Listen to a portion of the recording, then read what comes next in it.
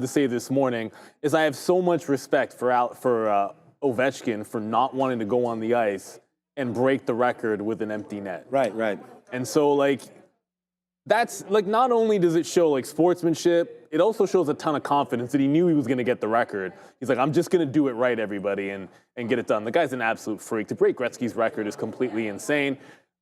This market is, we said this morning, like, anything is possible. Sorry, just fixing some screens here. Anything is possible in terms of where you can get to. But if you had in mind that it would be that precipitous to the downside, let me show the cues here for a second. That precipitous to the downside, I don't think anybody was thinking we'd have that kind of a candle. All of that being said, if you look at yesterday's move, 'tis but a scratch right now, overall. So just like the Black Knight says in Monty Python, yeah, we're bleeding in this afternoon, but 'tis but a scratch of yesterday's. And for now, trying to hold overnight support, which I think it's retaking to the downside. I only have one position. I actually covered my last short. That's why I had Mara up. I was looking to short a pop into Mara, ideally back somewhere in the 11 range.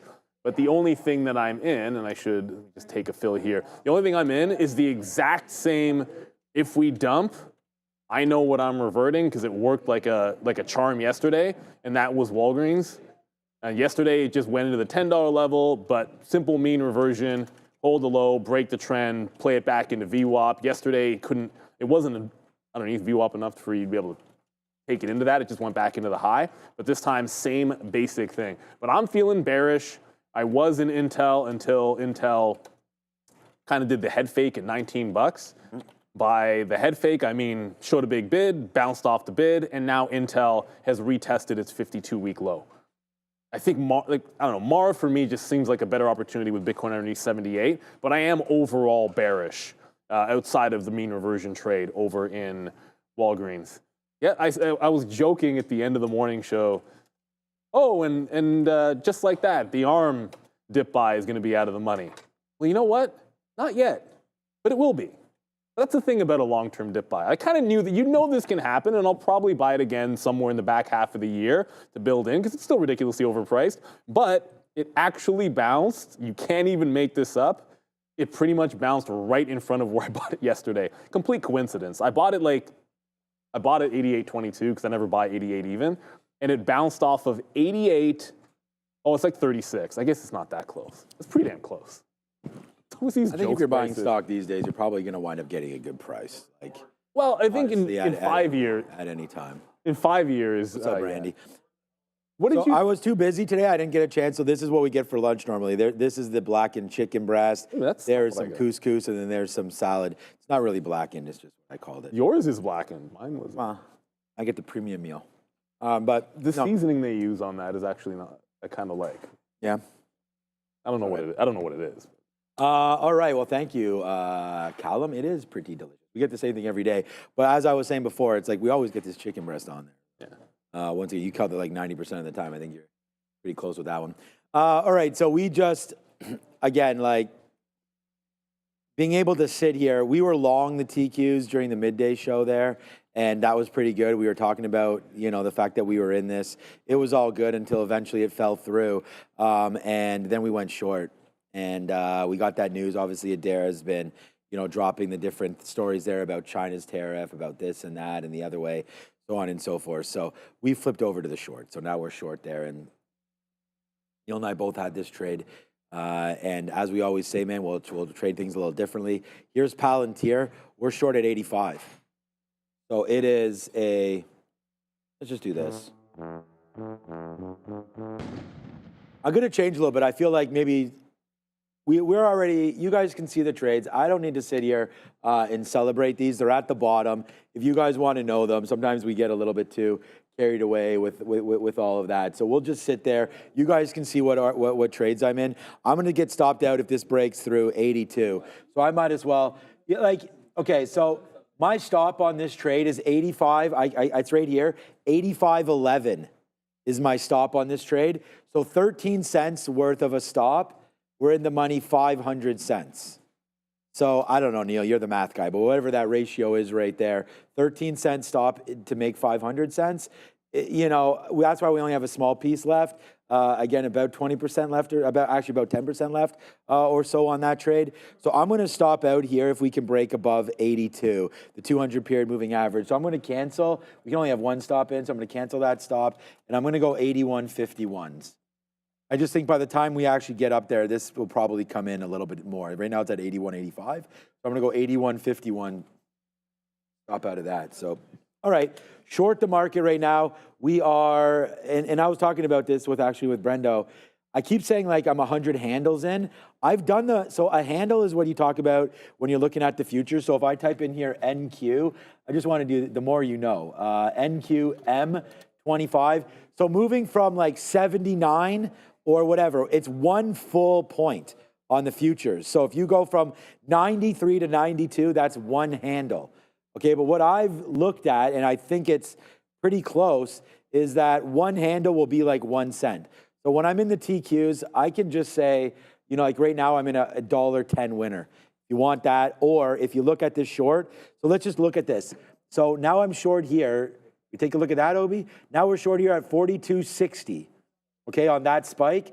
So if we look right here on the futures, that would be 17,760. And right now we're at 17,597. So we're in the money about 140 handles or so right now. So if you look at the pennies, that's 1795 and that is 17,760. So about like 160 handles or so.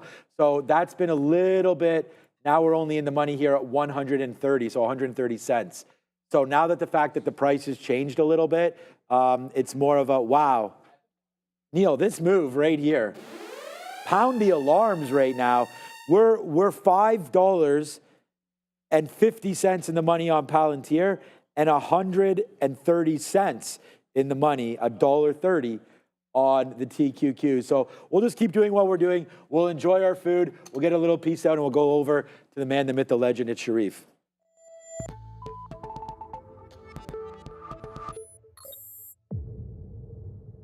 No, well, the futures were looking like they were going to go green, Sean. Last time I looked, it was about 0.5 percentage point for the NQ. Doesn't look that way anymore. It looks like it's about 0.25% now with the ES and the Dow barely holding on to green territory. The Russell 2000 decidedly in the red, down about 1%. So small caps getting hit today, and I couldn't find small caps to trade during the midday. It was a tough one there. Apple, what a day today for Apple. Up into 190s, down now into the mid 170s.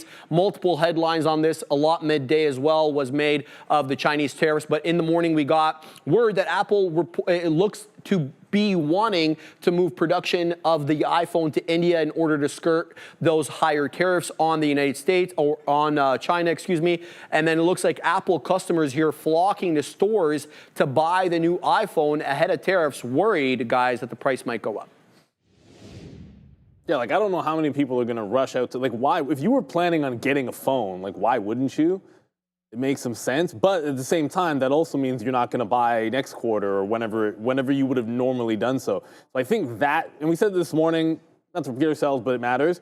I think it matters a lot more, this shift to basically producing other places, like focusing in India, than the positivity that they're going to get from any pull forward of sales.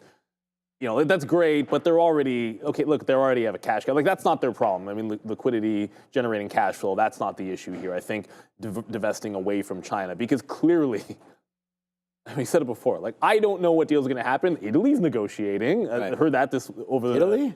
Yeah, well, I just saw the headline. Right. And I was like, nice. But you just get the feeling that it's a little uglier when it comes to China with regards to how these negotiations will play out. And of course, that means someone in the midday chat was like, why is Nike down? China risk. That's why it was relatively weak. Now the market is flat. You're down 2.7. I took Apple once today. It'd be nice to say, hey, why not short it at the high of the day? I don't know. Wasn't looking at Apple short when it was an absolute monster of a stock. But it did, when it broke the bottom after the, I don't know what we're calling that headline. It doesn't really matter. After the 54% double up is coming on full effect. Took it once off 79, a couple of times off 79. It couldn't even hold 77. The good news is 175 has held up. The bad news is this trend is unbroken. currently on Apple. It just doesn't look that good. It's getting punished relative to the other Mag 7 that aren't named Tesla. And you're now like, what's left on here? If you get to 165 on Apple, like you pull up your daily chart, like it was a long consolidation at 164. Like as far as prices go for a dip buy, if it's not bouncing there, I don't know where it's supposed to bounce, just technically. Like it's the 164, feels like we're incoming. Pretty sure I'll try something if we ever get down to that price. It's not going there today, obviously, but that's the next big stop for Apple. I would tend to agree, shorting the pops. I kind of felt we would push into 180 on that. Like it was a crazy bounce up. We didn't push into 180. I think maybe looking for any prior resistance level to try to short pops makes sense here. It's this, Mara, and Intel that I'm looking to short pops this afternoon. I have a trail on. I'm now almost all out of this long because like ultimately, any mean reversion trade, when something drops, even if fundamentally I believe this thing is undervalued, this is a day trade, not a swing trade that I'm holding until the deal closes. So I'm now stopping out at this break-even wick. If we can't get to VWAP, I always want to clear out into VWAP on a move like this when you're going against the grain. But if we get out, it's break-even. It will have worked, not like yesterday because, well, $10 was free money on this stock. It only got halfway there.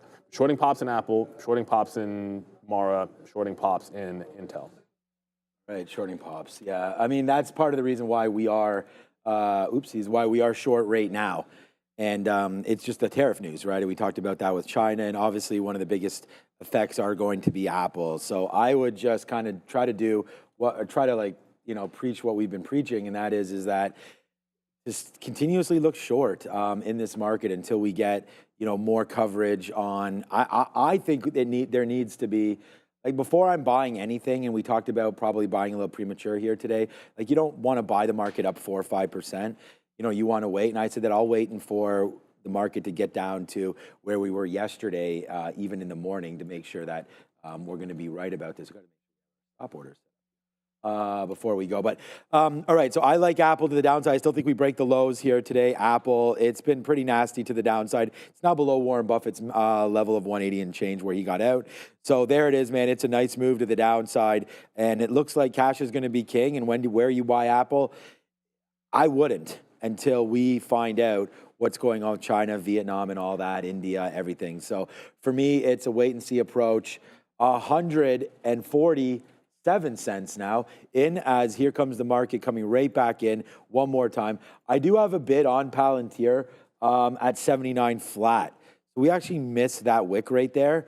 But again, my bad. We'll see if we can get that there for Palantir. So if Palantir comes back into 79 evens, we're going to get out of that, just in case some of you were wondering about that trade. That's all she wrote for me right now. Let's go talk about Meta with a strong beside it. Huh? It was, and it's gone. Down, barely holding on to 0.5%, 517 2/3. Couple of headlines today. JP Morgan maintaining their overweight rating on Meta, but lowering the price target down to 610. Guggenheim as well, maintaining their buy rating on Meta and also lowering their price target down to 675. That's down from 750, boys. Trying to hold on here to 0.5%. Yeah, it's actually closer to flat now. I mean, like as you said, like you're moving so far to the downside. It's about to go red on Meta. Sticking with the daily chart, we said we wouldn't trade Meta today in Mag 7 land, Apple and Amazon. Amazon this morning, we'll get to that in a second, and Apple because of the news, like later on today. But Meta, yikes. Support, resistance to support, and then right back to resistance in this mid 550 range. So you go right into that spot, turn around with the market. The good news is it's still green. The bad news is, like, this is an unbroken move down, and it goes right into that top that we made on the squeeze high yesterday, and then just falls right apart. It felt like there were a couple of names. I mean, outside of a planned buy in ARM, there were a couple of names like, oh, I might dip buy this again today. It's like, no, like we're not even there yet. Like there's nothing really sustaining us at this point except the one bounce day that we have. And with the lack of follow through today, I stink for myself. I almost said I stink bid. I still am waiting for the low to mid 400s on Meta or the next earnings report. Like I said, whichever one happens to come here first. But I wasn't trading that today. It was Apple, which we were short. I had one trend break on Amazon. It went about, it didn't go that far, like 40, 50 cents in the money, but that was the first resistance point, and then came right back and resumed trend, actually holding the trend line in the other direction, but trending down on Amazon. So yeah, I probably would look at Apple this afternoon just because it's the one that's really in play as opposed to Meta, but it's a wait and see for me still, and I like the stock. Like it, love it, just not yet, not yet. Yeah, I'm not trying to pull the trigger on anything yet. We are in this FATN today, and I don't know, fat pipe, that's right. So right there, so this is a pipe that is relatively fat, and right there, it keeps on bouncing off of 19, which is where we're stuck long right now. We just kind of playing with fire a little bit here. We were able to get it at 19. We got out at 21 on the first halt and then 22.15 on the second halt. That was just $3. And then we just kind of got lazy with it. We're still holding, I'm still holding about half of the, a little bit more than 60% or so of the position. I'm going to try to get something out at 20.50. That's where my offer is right now. So if we do rip back up there, we'll get another piece out. But I was just not trying to play this with huge amount of shares, just trying to play it. And yeah, I actually bid down here at 7 and missed it. So that was kind of the plan of action. And then I would be getting out now, and I think that's going to be the next play. Let's just see if it wants to go here in the afternoon. One more out right there, and then we'll see if we can climb above $23. So I'm just waiting for that one push into a halt, hopefully, where we can get that $20.50. But like we said already, man, we've seen so many IPOs kind of go the way of this, and you want to be in it earlier than obviously where I was. I just sat back down. We went for a quick little walk, and we sat back down in and found out that this was a relatively new IPO with a low float, obviously, so I wanted to try it. So far, so good here. It's still a positive stock. It's one of the better names here for us today, P&L-wise, but it's got to go. We could take an L on this, obviously, if it breaks back below 15, but that would be the level that we'd be taking an L on. So we'll wait to see if that goes. Right now, we're waiting $1 higher to see if we get it. Let's go see what's going on with Broadcom. Gnarly looking head and shoulders pattern there, guys, on Broadcom. Started the day very, very strong on the back of this $10 billion share buyback program. CEO Hock Tan basically saying the company will be going into the market proper to buy back some shares, as well as trying to strike deals privately with shareholders, guys. Well, before we get into a little bit of Broadcom AVGO, I want to talk a little bit about Foremost Clean Energy. Unlocking the nuclear renaissance with Foremost, leveraging one of the biggest mega trends in the market and the planet, and that is nuclear energy. Partnered with Denison Mines, with properties strategically located in the Athabasca Basin, known as the Saudi Arabia of uranium. This undervalued company is poised to capitalize on the exploding nuclear market and offers unparalleled growth potential. The future is nuclear. Foremost is your entry. On the NASDAQ under FMST and on the CSE as FAT, which feels like a theme today, or go to foremostcleanenergy.com for details. FAT on the TSE, and then you got Fat Pipe, which of course, it's a cloud like connections company. So like, the name is completely on the nose for Fat Pipe, and I think it works very well. So shout out to them. Well, what can you say about Broadcom that you can't just say about everything else? It was breaking out like everything else, and then it's giving up some of the move. However, what's at least a little bit distinctly different from any other chip name that I was looking at today, which was mostly actually Marvell and Intel, but the highs from yesterday have turned into support. So Broadcom, both in the aftermarket and on that squeeze high at 160, it's managed to find itself a bid. Whoops, that's not, there we go. It's managed to find itself a bid. That's also pretty much right at a prior big support level. So 160 becomes a huge level for Broadcom. As I said, I didn't trade it. I took a shot at, well, Marvell had news as well. Like this morning you had news on Marvell Technologies, and then you had news on Broadcom with the share buyback. I tried this at VWAP, and it was a falling knife at that moment. That was one of those abort, because the market was just dropping like a rock, and you're looking to see if it can bounce off you up, and no, it was just in the down candle. It happened to hold up long enough to be able to just punch right out of it, but one name for the chips that has been distinctly different, Intel. It did stop me out early at the high of the day, but then it did that wick of the high. We shorted it to VWAP. We shorted it underneath the bottom range. I got kind of psyched out of the 1970 short at 19 even because it always bounces off even dollars. The real question becomes for this, now that it's gone round trip again to the 52-week low, is it really just going to break this tomorrow? Like if we don't close above 19, maybe we're breaking 1850 tomorrow on Intel, which is... No, that might be true. Like that's the 50, it's the 52-week low. I'm not going to... Here, let me just pull up I have a monthly chart up on this thing, probably somewhere, because I think it bears mentioning like how nasty this is for these guys. I don't know if a weekly chart's going to be able to show this. I'm just going to my e-signal live because I wasn't really planning it, and then month over here until this should be able to show us. Yeah. Oh wow. So it's even. You go all the way back. This is actually even support because this is Intel, right? From 2013, it's got this level of support, and then the next stop down is clean at 17.5. And you got to go back a decade plus. I remember 2010 pretty well. Good times. All right. Yeah, look. All right. That's screwed. Fat pipe didn't really go up to 19 there, so we'll have to wait for that pipe to get a bit fatter. All right, so AVGO. I could say with I that? didn't, yeah, so I could talk about Intel. It's the only losing stock I have today, but Neil just talked about it. It's too bad that we weren't able to hold on to this short, but, you know, woe is me for sure. You know, it's nice to see that Broadcom's at least holding up. I mean, this is going to be a name that we've seen. Oh, no, our charts are going to, oh, no, okay, because it did split, right? Okay, there it is. Just waiting for that to happen. I mean, again, we talked about this yesterday. I remember it. We came into a level there, 135. I don't know enough about this name, but I do know that I'm going to sneeze in a couple seconds. But at the end of the day, this 160 looks like it wants to hold. I would say that, you know, on good news today with Broadcom, if they are able to get red and close red, obviously that would be a problem, but you're up 4%. So I would say that if you're going to go long, there's 158. Like you kind of want to look, in my opinion, on where we, on where we were yesterday into the close and, or so where we closed yesterday and opened today. So right into there, 158 and a quarter, 157. I feel like you stay long on this name. Good news. You only want to stay long if you do believe the market's along. So if you think that's going to happen, I think Broadcom can win. And winning, I think, gets us back to 190. So if you could do that from 160 to 190, I think you take that profit and scram.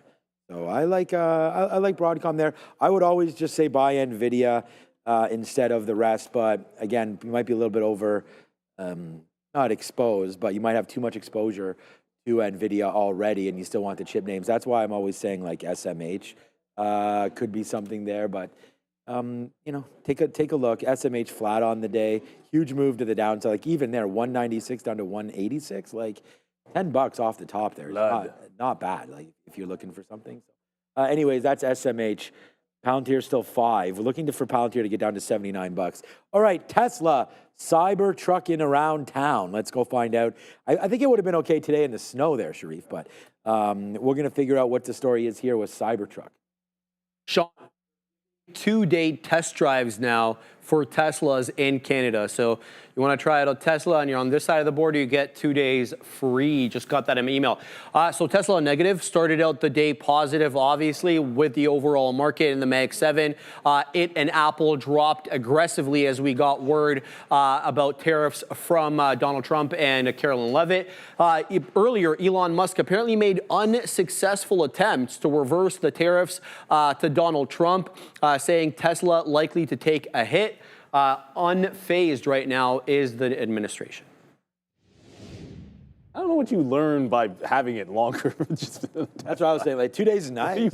No, there's nothing wrong with it. Like I would not take it. Yeah, like I wouldn't complain whatsoever if you're going to give me a 2-day test drive. I just don't understand what it is that I'm getting out of it that I'm not going to learn in even having it a day or even just having a short test drive. I just need to look. I need to get the feel of it. You do your research when you're buying a car anyway, so you have an idea of the specs and certainly I just want to get that feel of when you're inside of it, the spacing and how much you can carry with it. And when you got a family, you got to understand trunk space.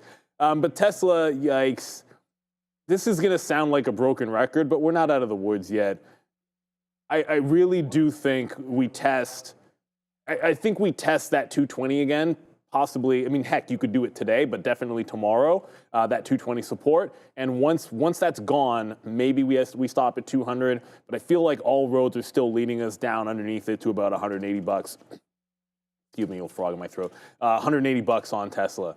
So, you know, we always say things like, be patient. I can argue, well, why didn't I take all of it out when I bought at 220? Well, because most of it was a long-term play. So I only took a third out when we failed the 200-period moving average. But I'm not a buyer back into Tesla until some kind of extreme trend break happens, or you know, we get down to levels like 180 where it was holding before and see that hold. Again, we were noting the ridiculous weakness in the Chinese EVs as well. They're absolutely bleeding. I think there's going to be some shot plays even in those.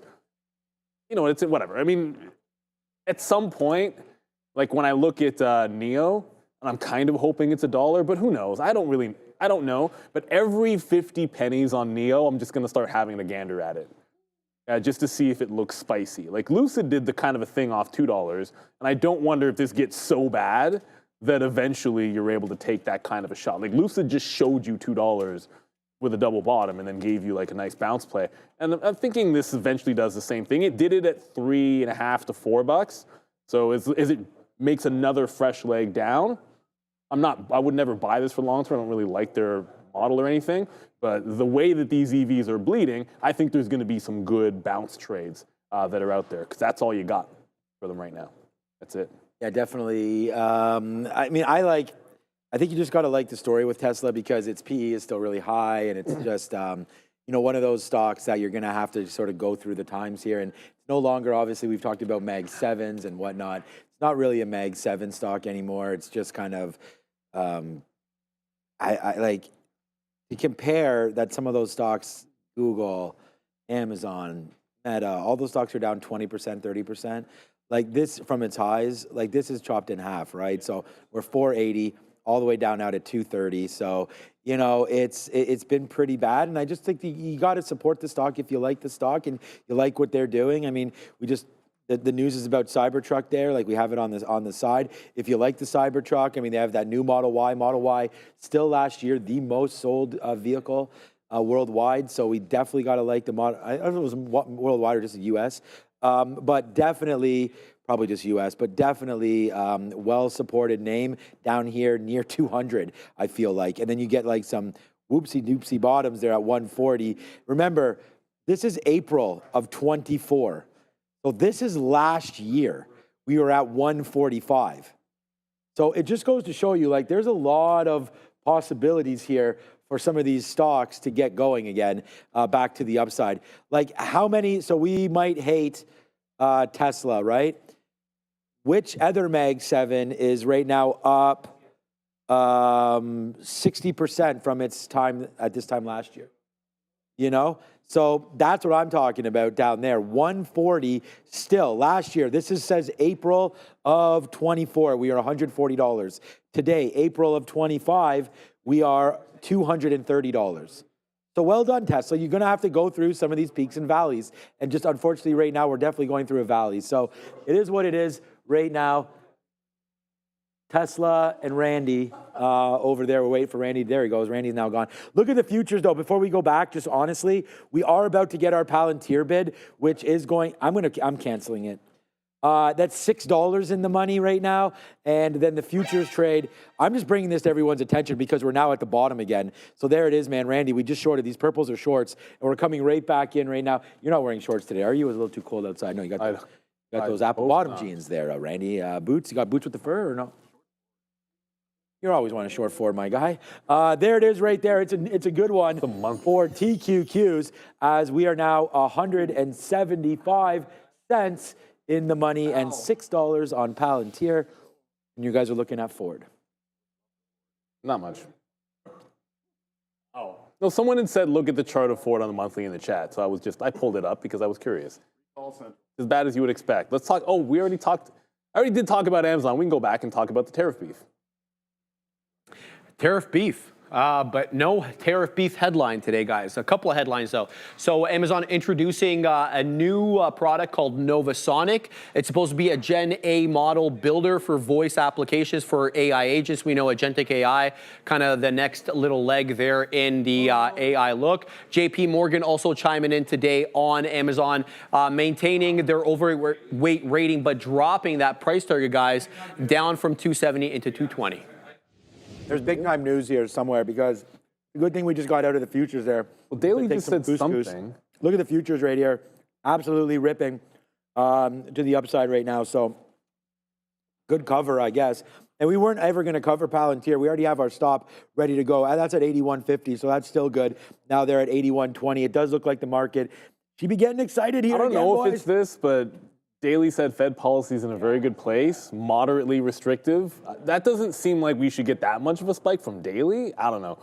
But yeah, you just got to take advantage of the price action right there. Like take some outs for sure. I had some offers on Intel that I canceled, but if that's all it is, maybe we just come right back into the 19. I actually canceled when I saw that spike up.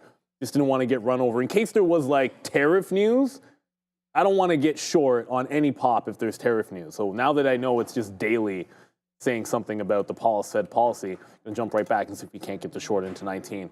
But yeah, I took some profit on the one long I have, although just candidly, I don't expect, like even if the market drops back to the bottom, Walgreens has a decent chance that it just won't care and it'll blend back higher. It's a little bit fundamentally better than the market just because of the implied deal price. That's all. And yeah, we should have just, maybe the wrong decision to cancel that offer in front of 19. But after what happened yesterday, I don't, like my first reaction when I see quote levitation after the bounce we got yesterday is just assume it is tariff news and worry about it after the fact. Like it's better not to take a headshot just sitting on the offer just in case it was a big headline. So I want to short this back into 19. Maybe we can get some Mara on that move to the upside. That got to 11. Throw that back in, although I didn't have a stop on Mara. We're going to see if we can't get those 90s back in. But pretty much everything caught the exact same bid right there as you saw. Futures, I mean, Tesla had almost a $5 bounce on that singular candle. So yeah, that's the kind of market we're in when it comes to liquidity. Like the algos are just pulling bid or offer whenever there's some kind of a headline, and that's what's causing these moves. So you do have to be a little bit careful and nimbly. Oh, Taketsu or TAC. Take a headshot. Then what? So basically, this is actually a term that one of the traders on the floor actually said, and I just sort of like it. Like what I mean by that is you take a loss that you just can't. It's not that you can't come back from it, but like relative to what you were going to gain, it's just outside of the bounds of what you were expecting, right? And that's what I mean. You don't want those. And sitting out there when you have a tariff headline and standing in front of whatever that spike is, you don't want that, Phil. Like there was a day. I actually did the opposite, like same as you. I'm getting out on the way down because I don't know what's next. No, this happened to me it was on Intel. There was one of the days that there was some kind of, I don't remember which rumor on Intel. And I was just sitting there like normal, it was trending down. And I was just sitting there at VWAP, right on the offer in front of VWAP. I'd already been short there before for a reload. And thankfully my stop hit and filled because I heard the news in my ear, looked over, and I was already in and out. And it was like another 2% higher. And thankfully, the stop filled. You just don't want that to happen to you in this environment. So let it settle down, which is what we're doing. It seems like we're just resuming back to the downside. And thank you very much to Fed's Daily. Apologies to Fed's Daily. I have no idea what his first name is. John Daly? Is John Daly still playing the Masters? Mary Daly, my bad. Yeah, I didn't know. You said John Daly, and I'm like, that guy doesn't still play, does he? John Daly does whatever the hell he wants. Let me put it that way. Well, I know he does whatever he wants. I don't know if he doesn't still play, though. Like, he's got to be, we're old. There's nobody else. I mean, I'd rather play with Tiger. I'd rather play with Jack Nicklaus. And then after that, man, I mean, it has to be, John Daly has to be there as a top guy on anybody's bucket list to play around with. I really liked Payne Stewart. I was always a fan of Payne Stewart for some reason. I just liked it. I don't know. It was weird. One of those. I'm not a huge golf Gary guy. Player is known as, what, Black Lightning or something like that. Yeah, but that's not why you guys were joking. Sean's bachelor party was a golf trip. down south. We went to North Carolina. Myrtle Beach, yeah. Myrtle Beach. South Carolina. Yeah, South Same- Carolina. same My difference. bad. South Carolina. Oh, no, same And the reason everyone was calling me like blacklighting the Gary Player was because he has this hunch that they get really bad, like old Also, man you're hunch. black as well. Well, I know that too, but I was hunched over like I was a 70-year-old man keeping it on real. all of my shots. I'm not much of a golfer, everybody. I'm not Charles Barkley or anything. If I get out there, I have a little more athleticism Charles than that. is not No, that he'd bad. whoop, he'd whoop my butt. Yeah, I'm just he'd saying, whoop my butt. Like I don't look like Charles Barkley when I swing because I played a little baseball, so I can swing a little bit okay. But Or now it you all wasn't- know, it wasn't pretty. Neil is black. So that's it wasn't good. pretty. We'll definitely hit that again. Well, it'd be easy to assume that that's why I had the nickname, but yeah, I that's why I physically- figured it was. But no, yeah. Cheese said it's because I looked like him when I would line up. Oh yeah, we have another friend named Cheese, by the way. Okay, so here we go to the downside with the TQs. Yeah, great story. They're good memories for sure as we continue to look at this market fall into the lows of the day again. So I was saying during the midday show, I was yelling to Sharif. Joe even brought it up there when I was like, guys, just stay short, stay short. And that was like since 1 o'clock, like this is 1 o'clock.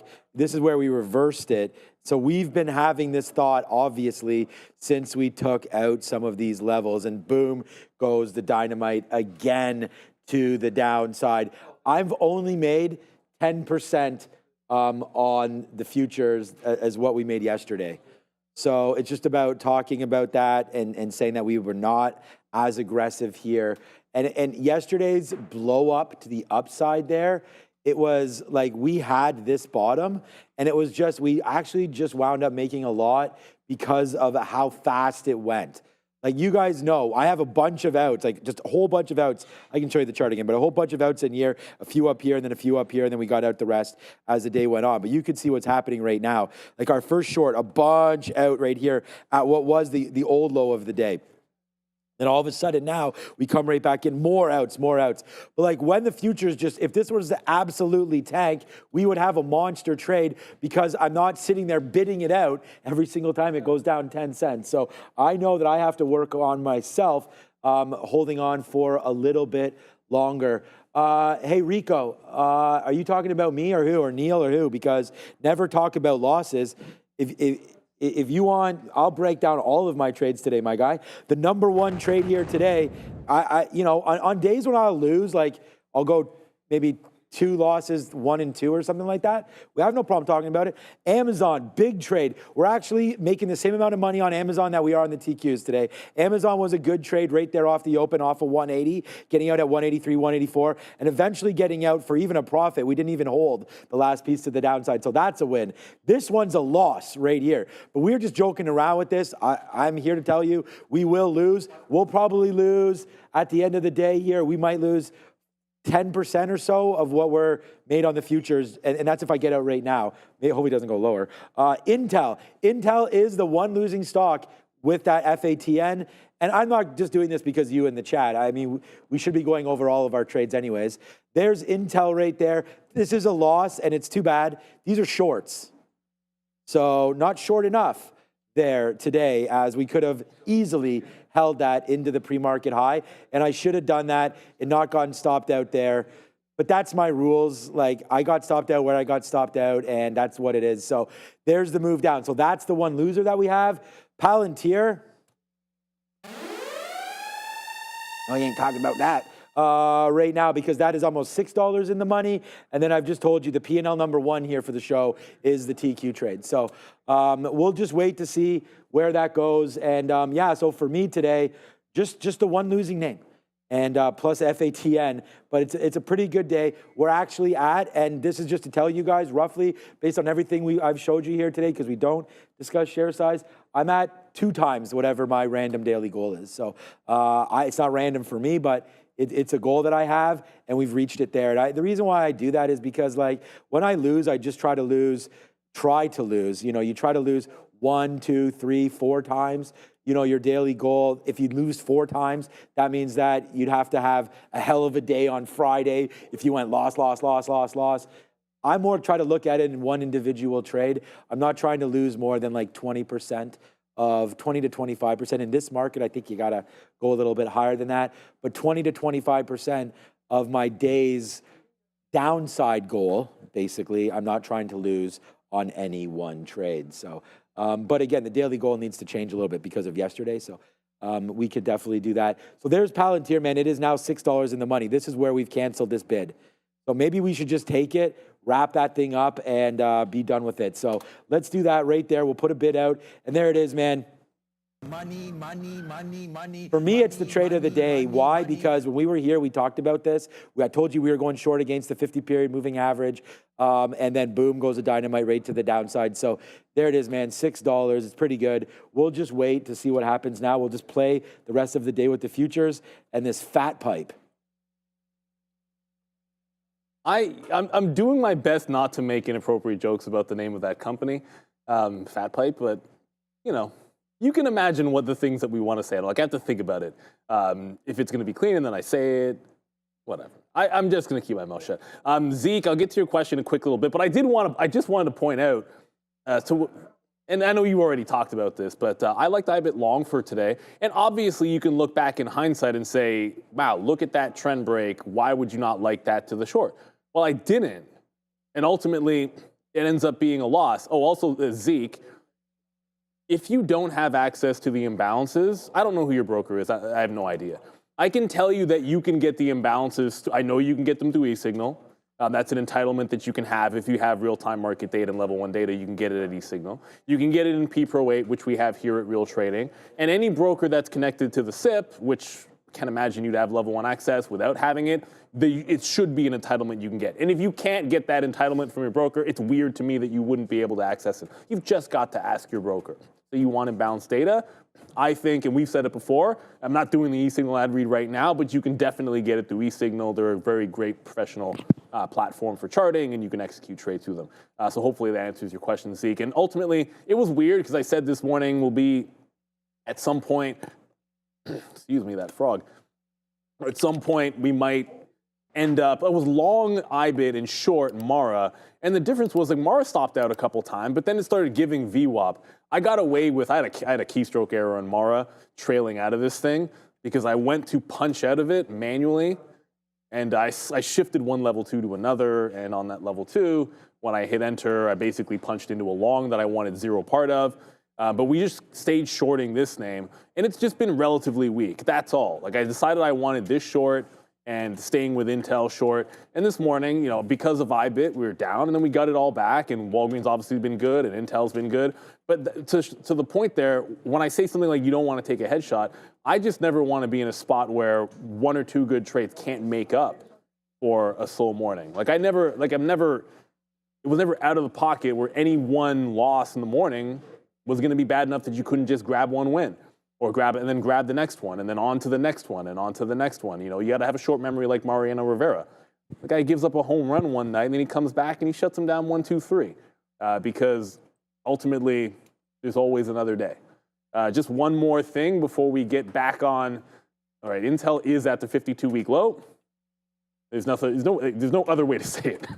Intel at the 52-week low, and I mean, technically, you could call this over decade-long support at 18.5 here. I think it's 40 years, honestly. I mean, let me look this up. Well, I only look back as far as 2012 on that monthly, so I just didn't look any further. No, I didn't look any further. It's bad. So remember we had Brian Shannon. Yeah, it could be more than that, but just I only look back about 12 years. Was that Adara? Yes. Just be aware, here's he had like tariff 40 talk years. coming out of Canada. The country is going to be imposing 25% tariffs on U.S.-made vehicles starting on April 9th, so tomorrow. That is, of course, a retaliation or in response to these American duties on the Canadian auto sector. It is also worth noting, Donald Trump set to be a part of this executive order signing event, as the White House has been calling it, specifically with regards to energy. Caroline Leavitt, during her press conference today, said that Donald Trump will be addressing drill, baby, drill during this signing event. So be aware, stay tuned for that. Set to start at 3 p.m., so in about 15 minutes. Back to you. Okay, it looks like we might have made a mistake on Palantir because it is still put on its S kickers and kick some S right there out of Palantir as it is getting to the downside. But now we are really starting to go here on the NASDAQ. So we are starting to get a downside move right there as the TQs just continue to go lower. I hope there's some of you that are short with me here because this name, and hopefully you're short with me from the midday show because we had talked about that a little bit for sure. And yeah, it's been a good trade and just waiting to see if it will work out even lower than where we are right now. So that's what we're looking for here on the TQs would be a lower bid. And I mean, yesterday's levels, it's kind of what we're talking about right now. I mean, we had bounced off of $39 a little bit there yesterday. If we can get back into those levels, this is the area where I want to buy. So I'm even thinking of for a short-term swing, maybe we'll put on something here for 35, 36 if we can get down in there for the NASDAQ. But we already talked about this gap fill and you know why we thought it wasn't on the futures, it was on stock, looking to see if we could short in and around these gap fills. We never even got close to that for the NASDAQ today. And then, of course, we see President Trump take a more serious, I don't know if it's more serious, but like a pretty strong position there against China and what they're thinking about with the tariffs. So that's an understatement. Yeah, that is an understatement, isn't it? So I'm gonna just seeing now the futures are starting to get going a little bit. You can see maybe the volume starting to pick up a little bit here as we get closer and closer to power hour. So I will take another bid out there. We just took a 40.80. I think it was a 40.80. What do we get for $40.79? So we do take that out there. It's going to be roughly 200 cents in the money, but we do take more and more out. So now that we've traded thousands of shares of this today, and we have double digits left. So we are in 5% or so left of this position. We'll see if we can make a little bit of bank here with the TQs just by holding this. That's what we've been doing, and we've been clearing it out on the way down. So even though we see where this is going, it looks like it wants to go higher, I'm fine sitting in this now because we don't have too much exposure. If you guys do, we just showed you sort of some of these levels. So I don't expect it to get too much worse than where we were yesterday. That's 39 bucks. So if you're here, whoops, what have I done? So if you're here on the Qs, then I don't know how much more we have other than $1.50. So we're in the money $1.80.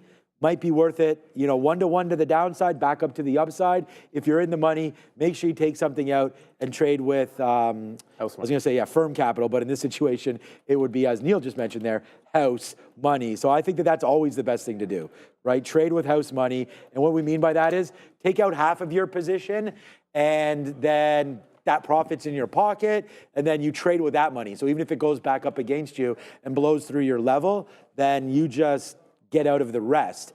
And that's it. That's where you call that guy named Bob, your uncle. Oh, crude. You finish that trade. So Palantir bouncing back to 79. It's interesting you just said crude. What are you looking for there? Because am I on the right contract? Hold on a second. CL. It's the M contract, no? I wish we had continuous contracts. That way we don't even have to worry about putting those up, but we don't. I don't know. I just saw we just had a bottoming tail on oil just now, Ooh. but I'm kind of questioning it. I don't know if this is the current contract. Anyways, I'll double check. We don't have continuous contracts here. No. It'll just take me a second, but I'm not here. I could get it. I'm not going to trade it. It was just I saw the big bottoming tail candle that we had, but there's not a lot of volume, and obviously we just closed. So you're past the close here, so it's past 2:30, right? Yeah, so. What is it at? CLM. I have 59.26 right now on E-signal on the CL continuous chart. Yeah, I'll trust that. This is But it off. still is getting a bounce. You're probably 1 month off. Yeah, I'm probably just a month off. Yeah, and so it's not that I'm not going to trade it, but I have been saying, I've been looking for a place to pull the trigger on Chevron, and a bottoming tail candle, like some kind of a bullish bottom would give me a shot because I just like the name. I've been in it before. The issue is it's past the last time I bought this stock it wasn't this time, but it was 141, and it was, I believe it was in September, but it's entirely possible. Yeah, I'm pretty sure it was sometime in September. I'd have to go back and check at 141, but it's now underneath that level. Chevron went from pressing into 52-week highs to, hey, we're right back at the lows. I'm looking for a place to buy it off of this support, but I want to see oil do something positive for me. All right, let me get back to Intel for a second. Because we've just held, I don't know why I went to New York there, bad default. So we just held that low out in front of 1850. Remember, 52-week lows on Intel. Close this next candle holding it. Do I have a stop already? I do not, because, I had to cancel my 19 stop. Right, right. For the short that I didn't get. Because, anyways, Can't I'm going to put that stop at the low. You can't put a buy stop if Right. you have a sell stop. It's kind of weird. I know. I always have to cancel my stop. Yeah, so I'm just going to put a stop underneath the low of the day. As long as we hold this 50, 1850, I do want to take some shots at this long. You just closed green holding the lows. So this is where we bounced before. We'll try and pick it up again. I'm just sitting on the bid passively on Intel trying to get 62s, and then we'll give it to the low of the day. I might move up to 63 if I don't get that fill in a couple seconds. Mara's still not doing anything. Bitcoin's at 77,000. I haven't had a chance. We just moved to 65. I don't want to chase this too far. I'll leave it at 65 and try to pick this up. Want to get it off that low. And I think this is a range-bound trade. There's sellers at 19, obviously. And the other thing about 19, that's the afternoon bottom. So looking at the bottom from yesterday, which again, 52-week low, into the support from yesterday, which is 19. Just looking for a simple hold of this low and see if we can't get back in to the upside for Intel. My stop is in at the low of the day. We'll see what this can do. Bitcoin, just to show you guys, whoops, hit enter twice. Bitcoin has made a bit of a move up, but Mara is not giving me anything short. So you've been trending up on Bitcoin. Mara has yet to join the party, but I'm watching that move. As long as Mara is underneath 11, I'm still offering in front of that price to get short. Let's go take care of some business.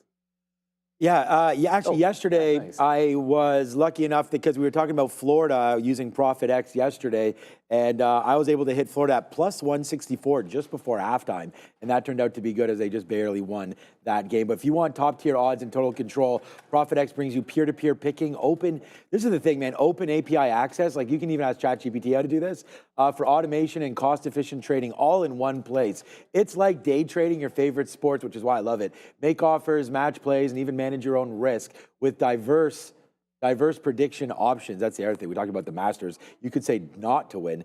I would say Gary Player maybe not going to win.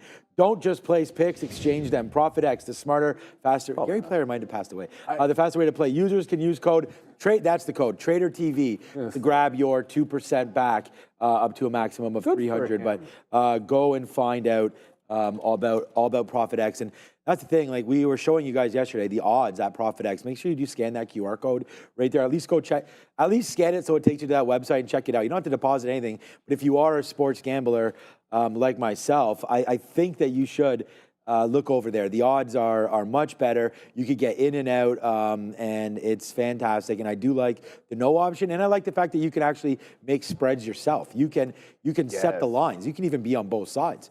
Right there. Yeah, that's one thing we didn't mention. Yeah, I'm not trying to give away all the strategies here, but you know that's another thing that you could do. You get filled on both sides, then you're the one making the difference. So just go check it out. Like that's all we ask from you is to go check out ProfitX. Gary Player is still kicking around. He's 89 years old and still kicking around. I like that. I mean, I do know obviously he gets invited. I don't know if he'd still be playing.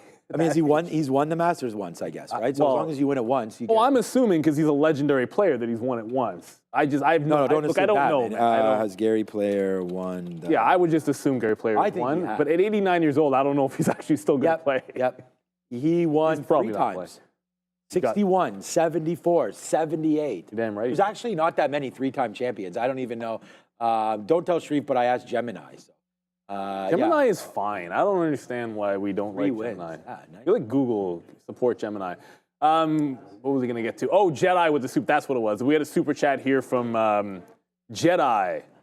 So be it, Jedi. Yes, Jedi. Hello, people. What up? JPM ahead of earnings. Any opinions? How you see the... Never show that again. Okay.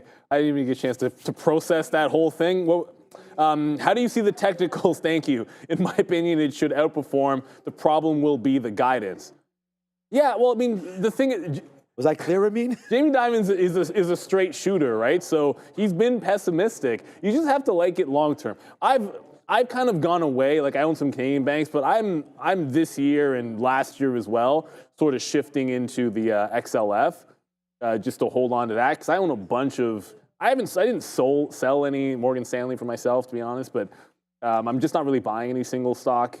I sold some of my a lot of my TD Bank here in Canada, but I'm a buyer of XLF. And obviously the earnings that matter the biggest, even if you're in the ETF, are going to be JP Morgan. As long as it holds up, I think it's good. I think I'd use them as like warning shots. Like if JP Morgan is trending underneath 200, maybe I need to, maybe I'll consider backing off this quarter on XLF. Should buy JT Marlin. Well, JT Marlin is quite possibly the greatest firm of all time. Yeah.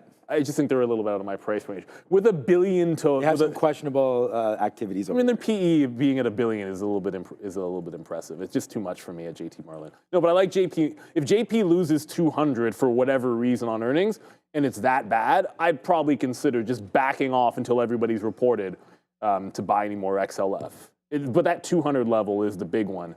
I think when you zoom it out far enough, like I have a daily up, but look at a weekly or a monthly chart, and I think you'll be perfectly happy. Even 180 looks fantastic for this. Like that's a pilot in. I think if you get the financials, just start kind of loading in, but I'll be doing XLF. Post in the chat if you know where JT Marlin is. Well, they know JT Marlin. Yeah. I just want to see. I want to see how fast that takes.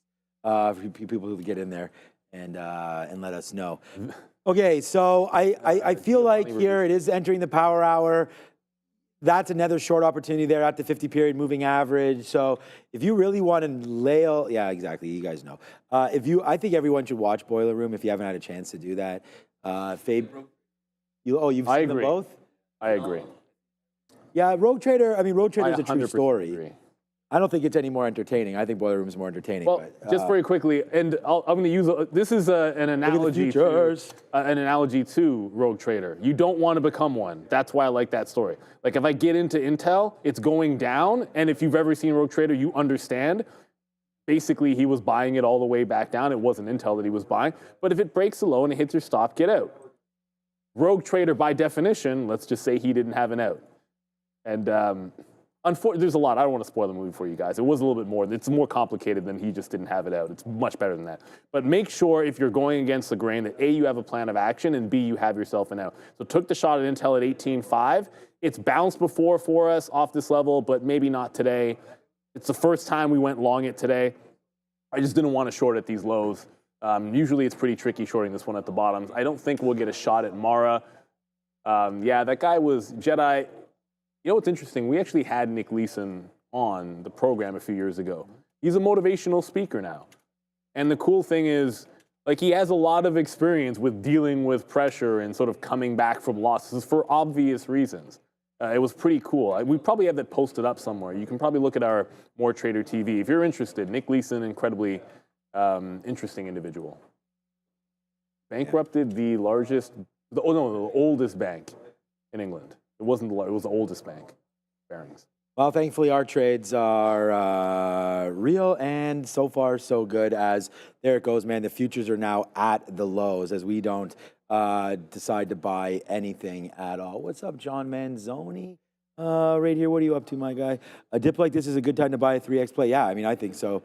Not for your long term, no, because remember, you do get options and it will degrade the price. Like you won't be able to, it won't be 3x for long is what I'm getting at. Like if you overlay the SPY with SPXL, for example, today, yesterday, the last couple of days, the last week, the last month, it may turn out to be a 3x ETF, but you don't want to hold it for long, okay? Because they got to keep on paying for premiums on options to be able to create that leverage. So you just want to make sure right there. Or does a 0.93 earnings make it more of a swing trade? ER.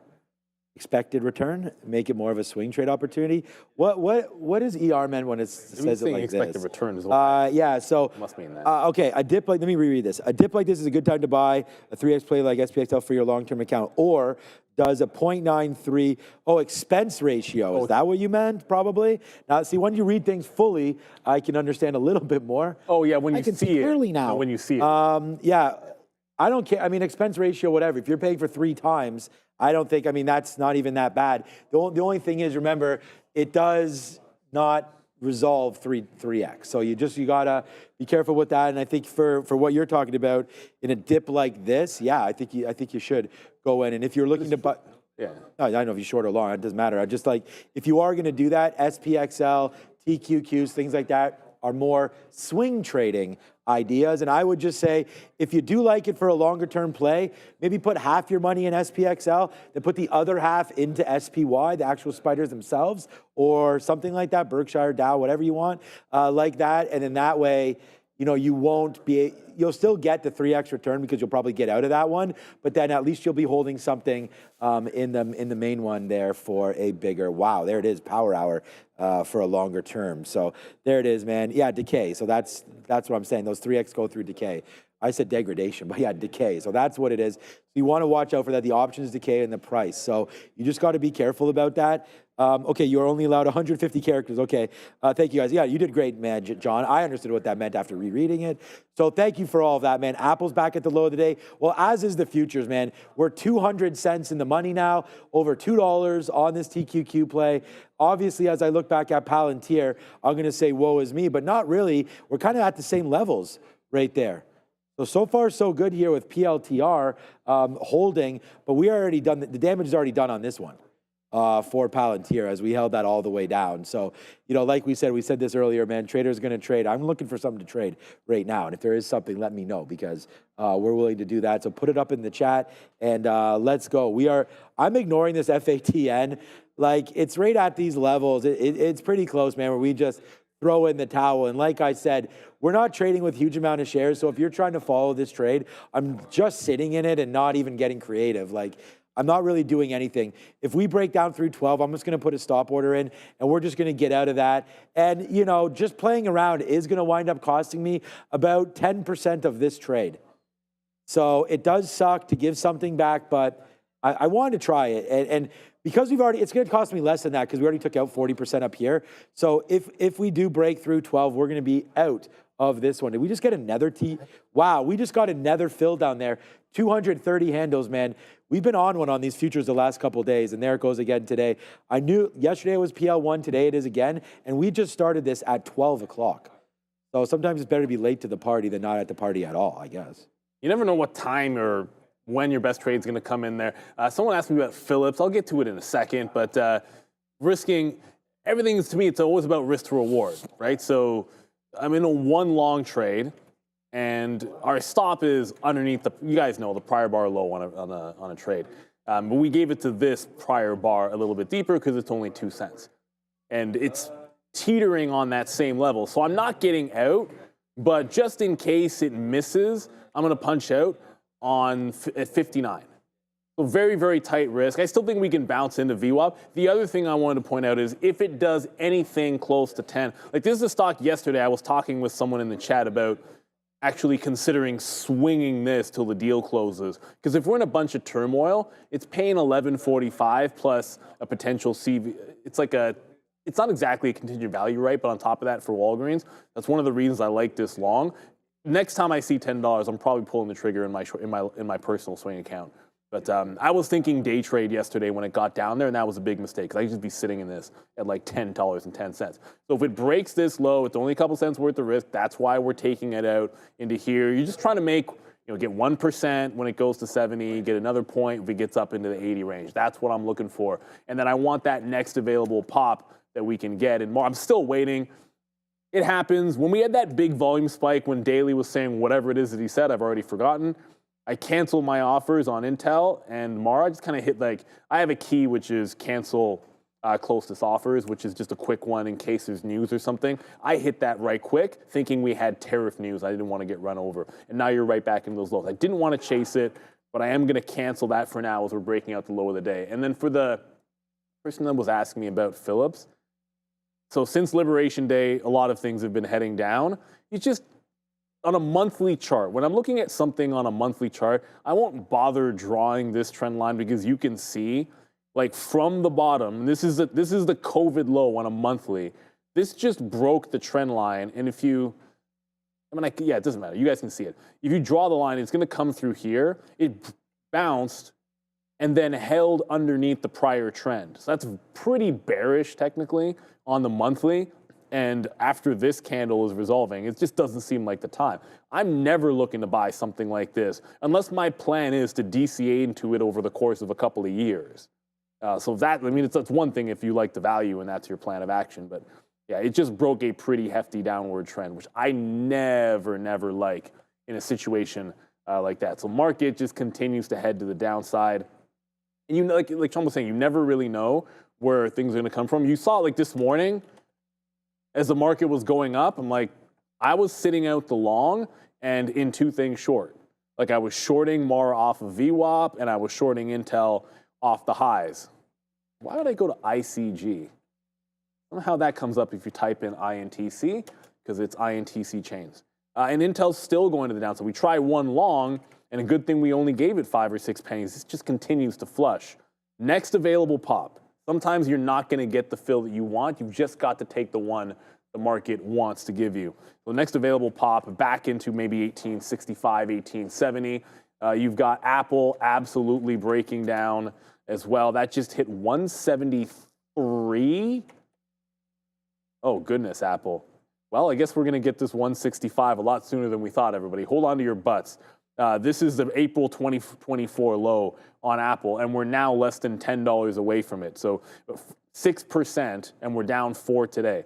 We could see that this week. As long as if we don't get a deal with China, Apple is under pressure. I can just see Apple getting to this level. If you like buying Apple at this price, congratulations to you. It's not one that I'm buying. It would take a lot. And Nike, just to show you, everybody with this risk is getting smoked. Nike's breaking down underneath its lows. Double bottom here on Nike with room to the bottom. All right, I kind of like this on Nike.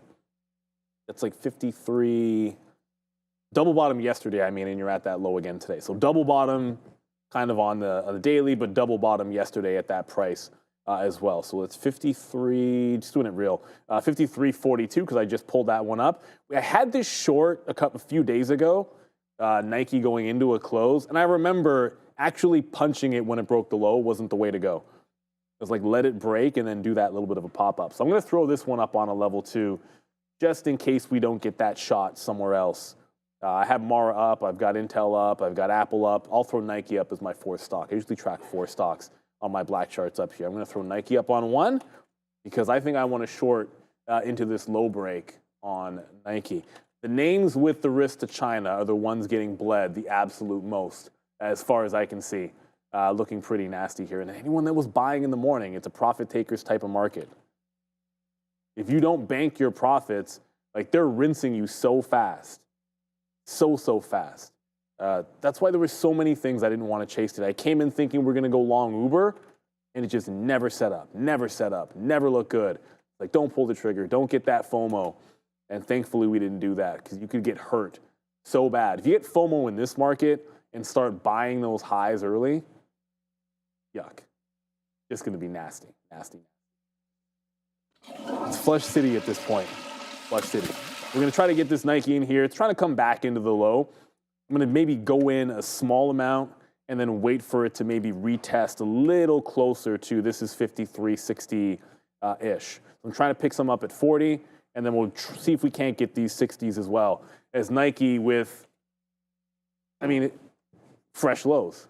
It's a low on the daily, but there was a little bit of support underneath it.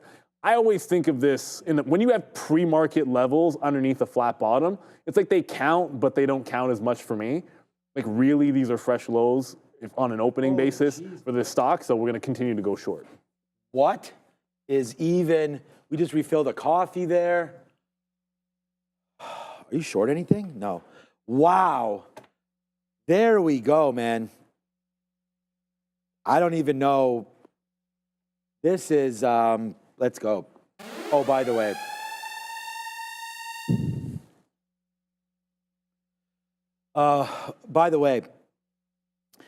We got out of this. This broke. So we actually got, I think it was 1170 or something. So we're out of this before the halt. I told you the stop was $12 there at 1149 actually. So not a great fill there. Oh, it doesn't matter. The fill's great. But there we go. This Palantir, man. Wow, 77.50. $3 now on the TQs as we continue to go lower. So just, man, we talked about it in the middle of the day. If Joe was still here, well, he's still here right somewhere. Well, first of all, it's getting really cold in here all of a sudden. I don't know what just happened. Blowing all over. Yeah, that thing. What's up, Jay Lee? No, look, I don't. What I'm saying is, it's not that I don't feel bad about this trade. It's just like we had talked about staying net short today, and we had talked about that at 1 o'clock. So even earlier than that, what time is that? Exactly at 1 is when we started to flip it over. So we get that story, and then boom goes the dynamite. We've been posting up on X, all of that. So yeah, what's up, Joe? What's up, Chef? Everybody that's there, man. What's up to Andrew? What's up to Anu? Everybody there, man. Sharif does the roll call, and it's something that I started on the recap show a long time ago, and we don't do it enough on here, but I do want to give a shout out to the guys that are here right now. Daryl, thank you so much, man. And look, I've talked about this with many people around here. You guys can see the trades. I'm not gonna sit here. Neil can see the trades. We can all see the trades. I'm not gonna sit here and look for anything, but thank you, Daryl. If you like the short, congratulations. I'm glad that you guys are hopefully in this short as well, man. This is what we're doing. What's up to Rob Palmer? What's up to T-Money, Farm Trader, Scott, everybody, Mark, Dale Gay, Angry Bear, everybody as we go, man. It's just been, I got to redo my earpiece because I went and got a coffee and now it's disconnected. But Ozan, this is for you, my guy, right there as well. Every single, did you hear a roll call? Yeah, I mean, we'll do the roll call. We're doing it tonight on the recap show. I was thinking about starting with roll calls as well and just doing them randomly. I know Sharif does it right away at 11 o'clock. So shout out to my guy there, Sharif. Great trading today by Sharif as well. But look, this is just what it is, man. These are the trades that I have on. And today, I'll tell you what it is today. So today, I'm up like 1/7 or so of what we did yesterday. So still a good day. We're still super happy with it, man. You're not going to wipe the smile off my face for many reasons. My kids have volleyball tonight and basketball. So there's lots of stuff happening in the Katina household, that's for sure. It's happy anniversary to my parents. So I'll sound the alarm for that one. 1972, what a year it was. And I spoke to my mom, and it was snow on the ground back then, 50 years ago, 54 years ago, 53 years ago. So maybe, I don't know what's going on with the climate, but there was very similar 50 years ago. 50 years, just if I may say, because I'm going to. Yeah. 50 years, there's just nothing better than that. I mean, that's what it's all about there. Shout out to George and Debs. Can I just, out of curiosity, did you guys end up getting married? Was it because it was around the same time? No. We got married April 2nd because I knew that would be Tariff Day. I was just curious if it had anything to do with the fact that your parents were also married. No. Well, you never really know these things, man. That's how my brain. That's how my brain works. Yeah. No, I'm just saying. I didn't even think about it. We probably just said, "Oh, there's a deal on the venue. I'll take it." Probably how. As long as you pay straight cash, homie. Yeah. I paid in Bitcoin back then. 14 years ago, it's probably. God, I hope not. I hope not. I mean, there wasn't any big. 14 years I've been married. Wait a minute. Hold on a second. 2000. Yeah, 14. Yeah. 2011. Actually, yeah. Okay, well, you could have. 4-year low on Ford. I think it's a little bit lower than that. No, it's lower than that. Probably right. It's lower than that. I thought we checked and Ford was much worse. This is just, Neil, we're now 350 in the money on this, man. This is, I hope your Nike's working out. Well, we just broke the bottom on Nike, so it literally just broke its low. But remember what I said, there's 51, technically speaking, is the low for the last year on Nike, but that all happened in the pre-market, so it just took out yesterday's low. Here's the 15-minute chart so you can see both days. I can come over to 3, but it just broke. I said I was going to try and get more in the 60 range because we're giving it back into that prior bar low, and my stop's at like 70-something, I think 72. Capitulated bottom. I don't know if it's a capitulated bottom. Well, where is it? It's coming. I'm looking at, so if this is a China move to the downside, I kind of feel like Apple's going to have to make a significant bounce. A China-related name is going to be what'll potentially take us back to the upside. Like, I'm not looking at NVIDIA to give us some kind of a bid here. I think if Apple turns, they're the ones getting bled. They're the biggest name that's getting bled the most. I think that's going to be the sign for us here for sure. KD Dumpster, a good name. Why aren't we halting this? The NASDAQ's only 1.7% down. Remember how far we were up. Like the NASDAQ was actually green earlier. This is a drop in the bucket to the volatility that we saw yesterday overall, and you're nowhere near the limit down. And even if you were, remember that 7% doesn't even apply 10 minutes from now. That's one thing I had to remind myself of the day that we were concerned about it. You don't even have that protection past 325. But we're not going in any down halts. Down halts happen, or circuit breakers in the market happen in the generally speaking, in the morning or in the aftermarkets. I don't think, if it's happened in the afternoon, I can't think of a time, put it that way. In the 20-something years I've been trading, and certainly in the time that they've had the circuit breakers, it's generally a morning type thing when everyone's like, you have stops that are triggering right off the open and you get cascading and that kind of thing. Usually there's too much positive price action for people to be covering in the afternoon to get that kind of a move. All right, what do you guys want to look at right now? Circuit breaker tomorrow for sure. Yeah, maybe. This is getting uglier. That is for sure. At Neil, look at Rivian. All right, what's up, Mike? Pretty much what you'd expect. What's up, Jimmy Jam? Popped in right here. What's up, Jimmy? That's hilarious on Tariff Day. Yeah. Yeah, well, like I said, I got married in 2011, but yeah, Tariff Day, that was Liberation Day. I don't know if I got liberated or not, but it is the best day and the luckiest day of my life, the fact that I am married to who I am. So unbelievable that she actually said yes, so that's great. There it is. Yeah, that is right. That is right. So thanks you, Jimmy. That's funny, man. Yeah, look, the best. So couldn't do anything without her. So there it goes. Shout out to everybody there, and really gives me the ability to do all this. And we actually met on trading floor. So there it goes. She understands the business, that is for sure. And I'm just really proud of her. So as we go right now. All right. Was that a call to Adara? Then let's go. This part of the show is brought to you by WorkSport. Introducing a new discovery on the NASDAQ. WorkSport, ticker WKSP. WorkSport's a US-based manufacturer, and they are rapidly expanding with growing revenues, government contracts, and innovative green energy products designed to power your life off-grid. So whether you're on the move or seeking sustainable energy solutions, WorkSport has you covered. Now trading on the NASDAQ under WKSP. Discover the future of clean energy with WorkSport. Back to you. That's back-to-back days where the NASDAQ's moved. Like, we were up 4 or 5% today. Down 2 again. Yeah, 6 I points. nibble on this lettuce over here. The VIX is at that high from 2 days ago. Back to 54. Crazy. The only thing I'd be, if you're looking at the VIX, which it's been a pretty decent indicator, this is a pretty big spot for it here. Like if we clear out 55, it could get ugly really fast. But that was our resistance.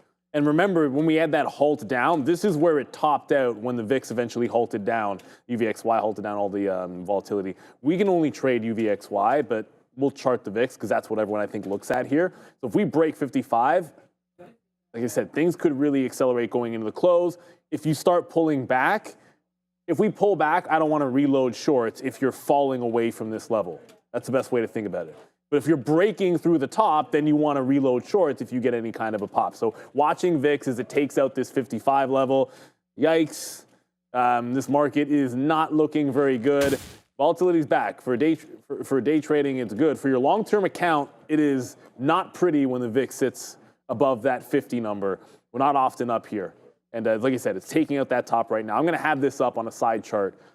Well, okay, I'm going to have UVXY up as a side chart, so I won't be looking at the exact price of the VIX, but I'll be looking at this level. The second we bounce away from it and start pulling back, I don't want to be sitting on the offer to reload Nike like I said I would, because you got to pay attention to volatility here. That's a big, hefty spike up and a long trend. UVXY is up 29% today. I know Sharif mentioned, and this is the fear, and I'd said this actually at the beginning of the show, I know Sharif mentioned that, you know, he had bought earlier, or he had bought some stuff in the pre-market. See, that's kind of the problem, I feel like, when you're doing things like that, especially early on in the day. And it could go the complete other way. I mean, the futures were looking, you know, fantastic early, and it was really great, and it was a great call, and it was like, wow, maybe there is that bottom. But nothing, you know, we kept on saying all morning, nothing's been resolved at all. There's absolutely nothing there. And look, I mean, this is just to talk because we're talking trading here.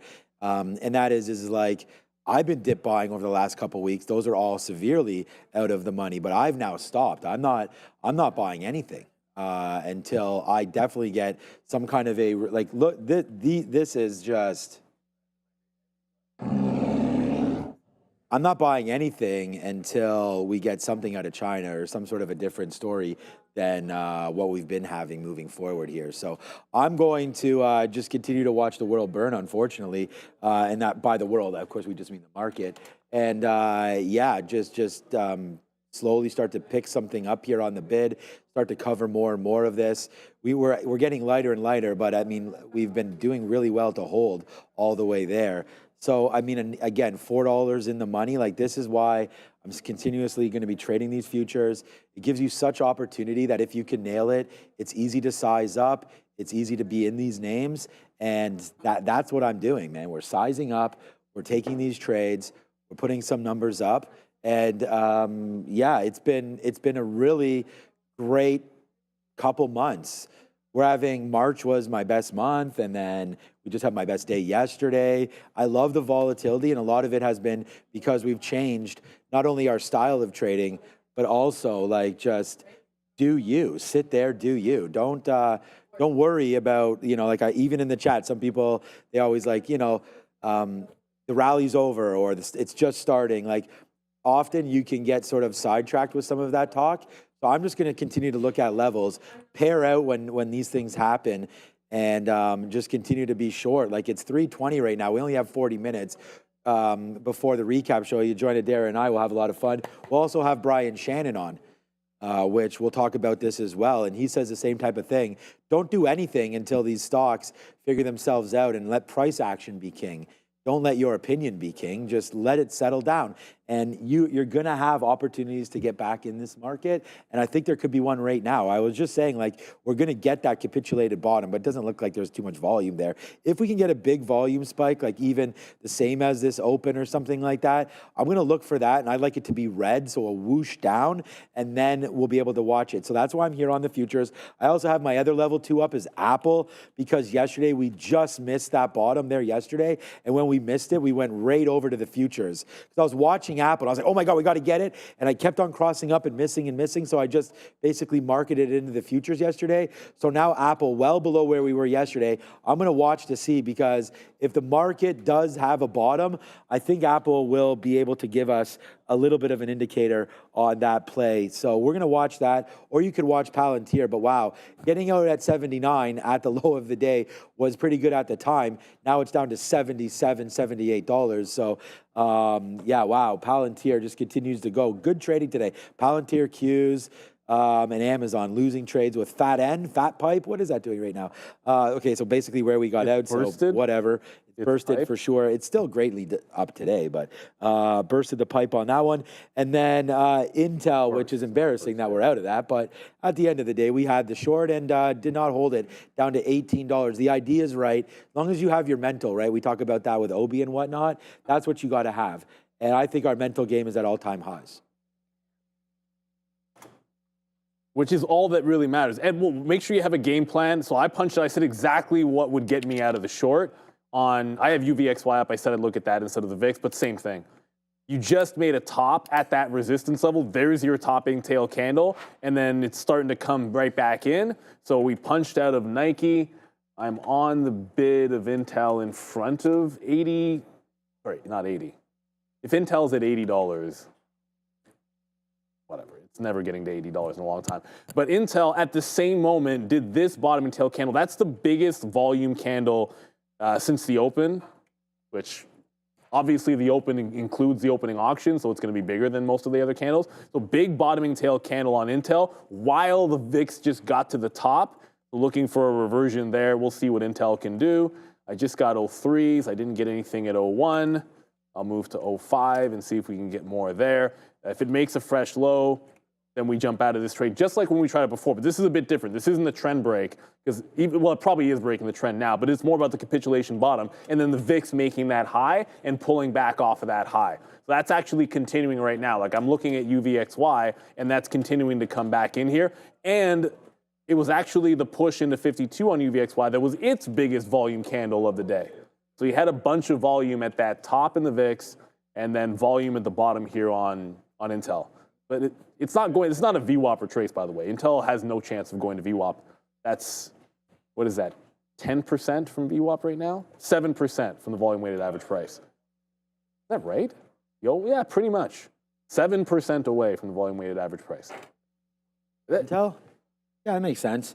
We like, for example, even on Palantir, this was probably more than, this was 85 down to 79. So that's $6 on $80 names. So yeah, you know, there are these moves in the market these days, that's for sure. So yeah, good look here on what we've been doing. I don't, give me some names, guys, honestly, in the chat right now. We've sort of been doing our own thing here and just looking at the futures with only 35 minutes to go. So I mean, Alibaba, we were looking at some Chinese plays earlier today as well. Congratulations to my kids. No cavities. But my son needs to floss more. I need to floss. That every time I go to the dentist, they say. I would say the same thing. They say the same. Like I floss. Yeah. Anyway, they give it flossing. to you. So I'm getting much better at flossing. Just trying to do it. They say you want to do it twice. I do it once. I just doing it at night. Flossing. So brush teeth in the morning, brush teeth at night, and so twice a day on that, and then of course flossing now being added to the regimen. You know what I started doing? They also said tongue scraping. Yeah, like a lot of times I like to watch like a highlight reel when I like sports.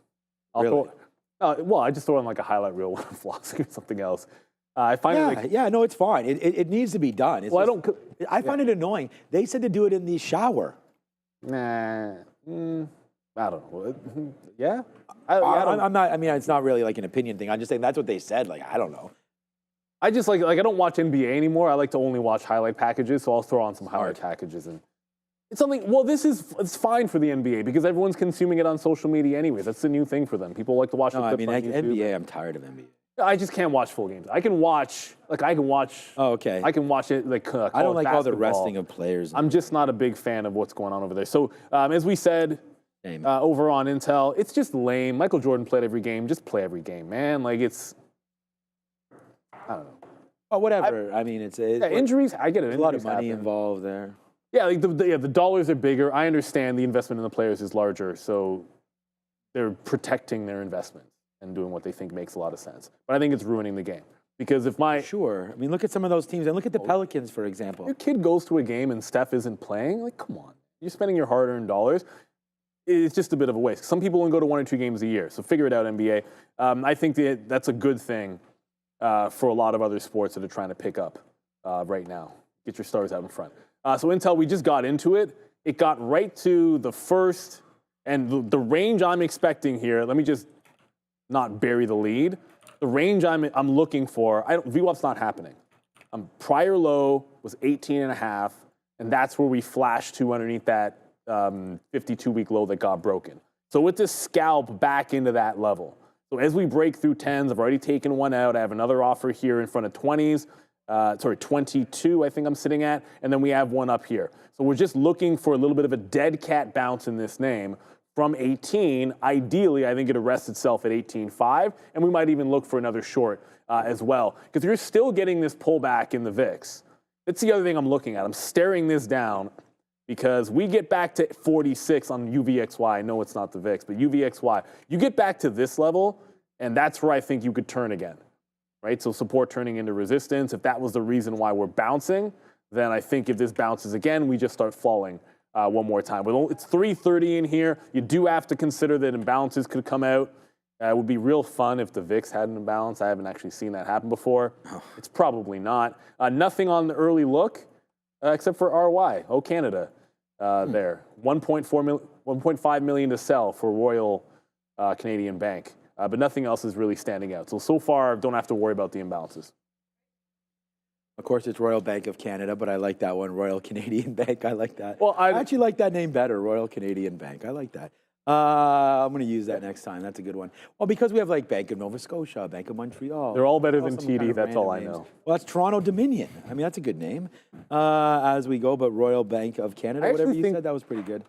I like that one. TD has overdone it at the stadium. They sponsored the Toronto Blue Jays, and it's a little bit much, man. Because their colors are green and the Jays' colors are blue. Well, someone's got to pay for these ridiculous contracts. It might as well be TD. It's better than your pocket. That I can live with. How else are you going to pay Vlad $500 million? Yeah, the second most richest contract, I think, present day value, they were saying. But whatever, he deserves it anyways. He's been here forever. If you're going to pay anybody in this organization, Might as well be him. Let's see if they make a similar mistake with Bo or not. I don't think they will. I think they won't. Bo will not be anywhere near that kind of price. And I think he's gone. hey, if he has a great year, like nothing wrong with rewarding players if they have great years. That's that's for sure. So okay, I think he's going to trade to the Los Angeles Dodgers. yeah, Vladdy will. No, Bo. No. Oh yeah, maybe Bo. Bo. Yeah. Bo would be Dodgers. good as a Dodger. Dalton rushing. And he can maybe win, right? So he probably would love that. All right, so yeah, back onto trading. So I was going to look at Alibaba again, another name here that we've talked a little bit about in the past. BABA, Alibaba, making a move down, but breaking back down below. I was going to say below 7%. It is now 7% and below VWAP, below many different levels here today. Goes Alibaba. That 200 period. So just for trading and just for talking here, because that's what we do. If you are ever looking at a area to get in, to get out of a stock or anything like that, the 200 period when we are, this is a 1 minute chart. The 200 period moving average is great for trends and, breaking levels, and then trying to watch it all the way down. And they're kind of like the longer trend change. The 50 period moving average is more for shorter scalps. Like, okay, you're looking to get short. Well, if you're waiting for that, that may not come. So what you'd want to do is short it off of the 50, as it goes like that. So that's kind of the stuff that I'm looking for when I look at a 50 period moving average. So right now we are getting close to potentially a short for Alibaba at 99.15, which is where the 50 period moving average is, all the way up to $100. So that could be something, again, that we look at. If we are excited for Alibaba, you short there, you give it about $1 worth of room. That could be something. I just wonder, as we head into the close there, we did look at the imbalances. I know there's someone wanted me to look at HIMS. We can look at that. Pretty mixed, right? With no real big names on there. That's an interrupt. Yeah, but I'm punching out before it hits the new stop because the VIX just bounced again. That's simple. VIX goes up, I'm getting out of the long. Punching out of what? I punched out Intel before it hit the low. Oh, okay. I said my stop was at the low of the day on Intel, but I punched it out before it got there because of the bounce and this little break of trend in UVXY. If that's the reason I'm in and that reason is gone, then I'm getting out of the trade. I just wanted to make sure, I just wanted everyone to know. Because I said my stop was at low of the day, but I was punching out as it broke. About like 1802. Well, the more you know, right, guys? So there it is. So Neil's flat on that one. You can see our trades at the bottom as well, right? So you'll be able to see everything that we are doing, including, the market just going lower right now. Into 38, 70, like I was saying before, like just trying to hold on to this. We'll see if we do get an extended move here into the close. I mean, I think that's a good possibility that we do once again make the low. So I'm going to put a bid right now. I don't have any bids out on this thing. Well, actually, I do 38.27. I actually already have a bid there, 38.27. So let's just wait. If it comes, let's move that to 40s. Okay, so I'm going to cancel that right now. Remember where our stop was on this? Like we're now well in the money. Greater than anything we would have expected on this play. So there it goes, man. 38.40s. We will put a bid there, see if we can pick that up. So I am hoping that there will be some panic sells before the close. I mean, that's exactly why we're in the futures, and it's been a good change for me of pace for the futures trading. That is for sure.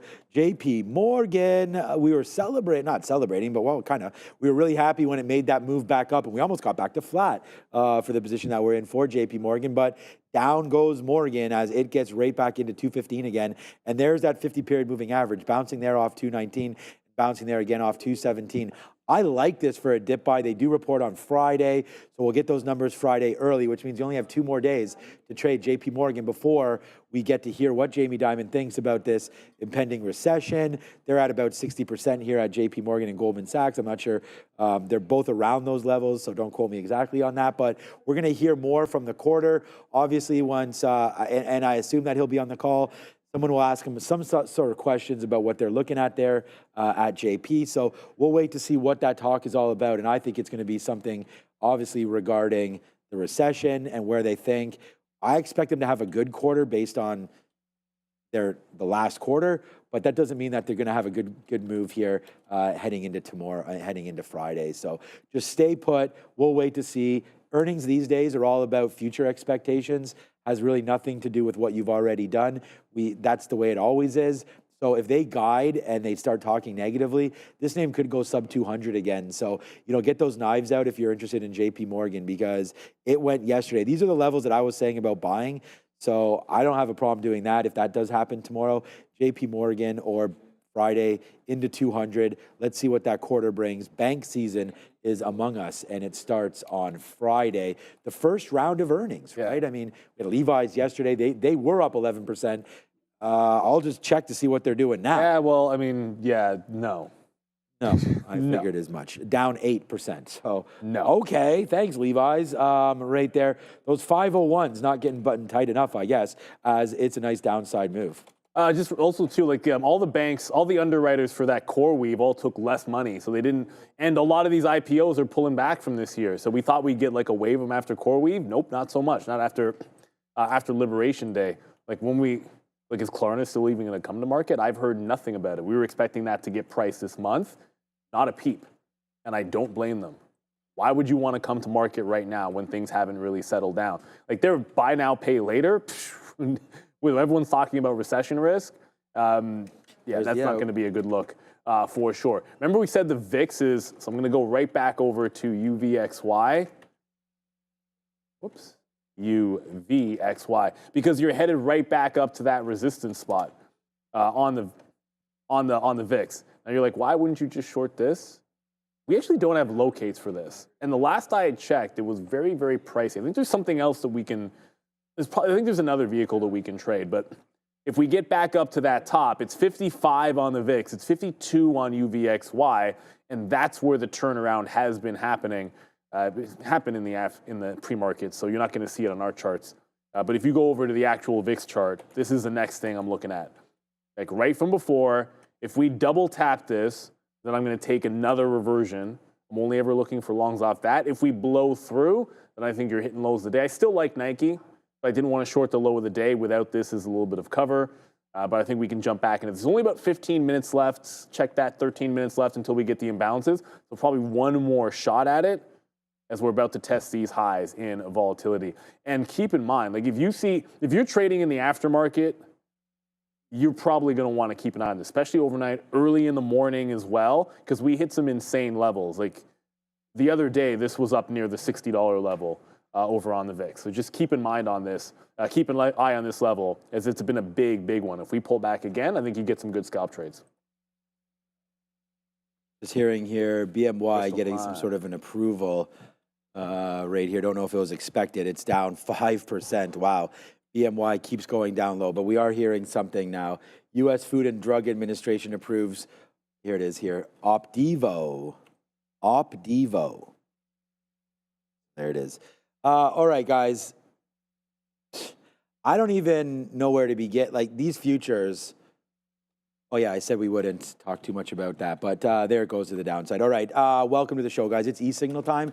If you are looking for charts, you want to back test, you want to tick test, you want to do anything you can with anything here, use e-signal, man. I mean, the back testing is what I was getting at, the tick replay that you can do, any of the indicators. And if you want to scan back, I mean, when Neil's looking at those monthly charts for Intel, figuring out why it's at the same levels that it was in 1960, you're going to want to use a charting platform that you can trust. So eSignal is exactly that. With this one free month, do yourself a favor, get it, try it out. If you like it, great. Support us, support the your own trading too with eSignal. It can't get much better than that. Trust me when I tell you, download, go find out what eSignal is all about. Options, 50 plus brokers, all of that stuff. All right. Futures, I'm actually thinking now we are getting to those levels. I may just buy the NASDAQ or the S&P 500 right now, just in the long-term account. Where, you know, this is another 3% down. I don't know what it is on the NASDAQ, on the ES, down 2.5% again. The blood is real and it is continuing to go lower. I'm not really hearing any stories about anything right now, so why we really need to be buying. It's just dollar cost averaging down in there, like putting to work with maybe like 10% of the cash that I have on board. I've been doing 10% every time, so that, let's just say that I'll use a number 10 grand that's on the sidelines there. We've already blown through 3 of it. So we've already done 3 tranches or maybe 2 tranches of dip buying during this move. So yeah, now we're getting crushed. The NASDAQ was up 5% or so today at its highs. You're right now down 3%. We're in another monster trade here again. Like yesterday, we took 11 handles here. Now we're in a 5-handle move. Sorry. It keeps saying handles, but we've done the math. It's a little bit off right now. So yesterday we took an $11 winner on the TQs, and right now we're in a $5 winner. So it is still making moves here. The TQs still trying to go, man, and we're still here. So if I think that we may get near a bottom, why not just buy a little bit here? So we'll buy some 70s now and just go on that. So there it is, another trade there. Good move to the downside. Not much else to say, man. Today's a big day. Again, we've only made, like I said, about 1/7, 1/6 of yesterday's total, but it's still a big one over here. And I don't know. So really, really happy with the way today has been. Yeah, I can't complain either. And great, it's a great look on this short right now. There was just a story on Fannie Mae, and it was actually, it sounded pretty bad. It sounded like employee misconduct and fraud. It said they fired over 600 employees because all I heard was that, so they're just getting more. So they're getting rid of it. Hopefully that's a good thing for them, but they just made a fresh low. The VIX just got right back into that top, so and it's doing a little bit of a curl. Apple just did I looked away for 2 seconds. Yeah, I looked away for 2 seconds. We just did that same curl. Apple was at the 170 level and looking like it's going to break a little bit higher. Might have missed that bottom as we're staring it down. Like, are we going to make that curl top and then try to catch a little bit of a bid? So you can still have a little bit of a trend into, well, it'll be the imbalances at this particular point. But as long as we don't break that high, we just double tapped it on the VIX. I want to see if I can pick some Apple up in front of this 170 and just give it to the low as long as the VIX doesn't want to go off that high. Can't really short it. I don't know why. It actually costs us, it's almost like 1% of the value of the UVXY to try to go short that. So I can't actually short that high on the UVXY. So you have to take some kind of a long off it. Apple, in percentage-wise, Apple's moving a ton, so it's going to be the same thing. They're just following each other. As long as we don't break that top, I'm going to see if we can't get something out in front of 170. Wanted something at the quarters, so we'll just sit and try to get picked up. It didn't actually break $170, so in this particular case, the stop just becomes $169.99. Not getting cute with it. Sometimes I will use an even dollar stop. This is one of those times. I don't want it going a penny underneath without stopping it out, but I'm taking shots at this here. We've topped out on volatility and looking for a bounce. Now you're trying to break that trend. Maybe I'll nibble to the 30s if we can, or maybe even the 40s if we can pick something up. Don't mind missing it because as quickly as we're bouncing here, the pullback last time on UVXY was $4. We've only pulled back about $1 change here for now. So it's not really that big of a pullback like it was before. So I don't want to chase it too far and then have it snap through that high. All right. Yeah, Dow dropped 600 points right here. All right. Funny that I can't believe it was points on the minus Dow 16 when I went for a walk today. All right. Palantir, we got out at 79. It's at 75. Intel is problem. Made the mistake of checking my account earlier today. It was much better in the morning than it would be right now. Wow, Intel. I try not to check it. Someone asked if it's a good buy. When it lost 25, it went to 18.5. So now that it's losing 18.5, I'm expecting a similar move. Like a 25% move would take you back down around $14. So that's the thing that I'm thinking at. So there comes that push to the high on UVXY. That kind of rhymes. So 170 is it's basically the same thing. 170 and the VIX high. We break 170, I'm out. We break the high, it should be a simultaneous kind of thing, just the inverse of the market here. But if we see 171, I'm already on the offer out in front of 171 because that's a very, very shallow move that we've got going on here in the VIX. You'd like to see it break this trend. That'd be much, much better on a trend break. So any pop through the $0.50, I want to make sure that we get something out here on Apple. But I'm just looking at these two things for a scalp trade to end the day. Don't want to give up or go red or anything like that. And I'm not chasing shorts while the VIX is at resistance. So we took our shot on Nike. That's the only short that we had. We got out of it. It's probably right back at the lows. Oh, not really. Pretty much where we got out. It wasn't that bad. There goes that break. Even if it's a fake out, I'm going to give back a little bit about what we had in the short. Even if it's a fake out, you just hit the high of the day anyways on the VIX, and I'm not counting, I'm not standing in front of that one if it's going to break out on those VIX. Something up? No. I was looking at the market. I'm like, holy shit. Like, I was actually just looking at the SPY, and I got my phone out. I was going to put an order out, and I was like, holy shit, we're big time red. There today, 490.80 on the SPY. Like, so here's a daily chart for it. You don't even. VIX at 56. It's broken through. Okay, yeah. Oh man. Okay. This is capitulation time again, guys. So we're here right now. Let's just get ready. This could blow up right now. I'm going to get out of the TQs right here.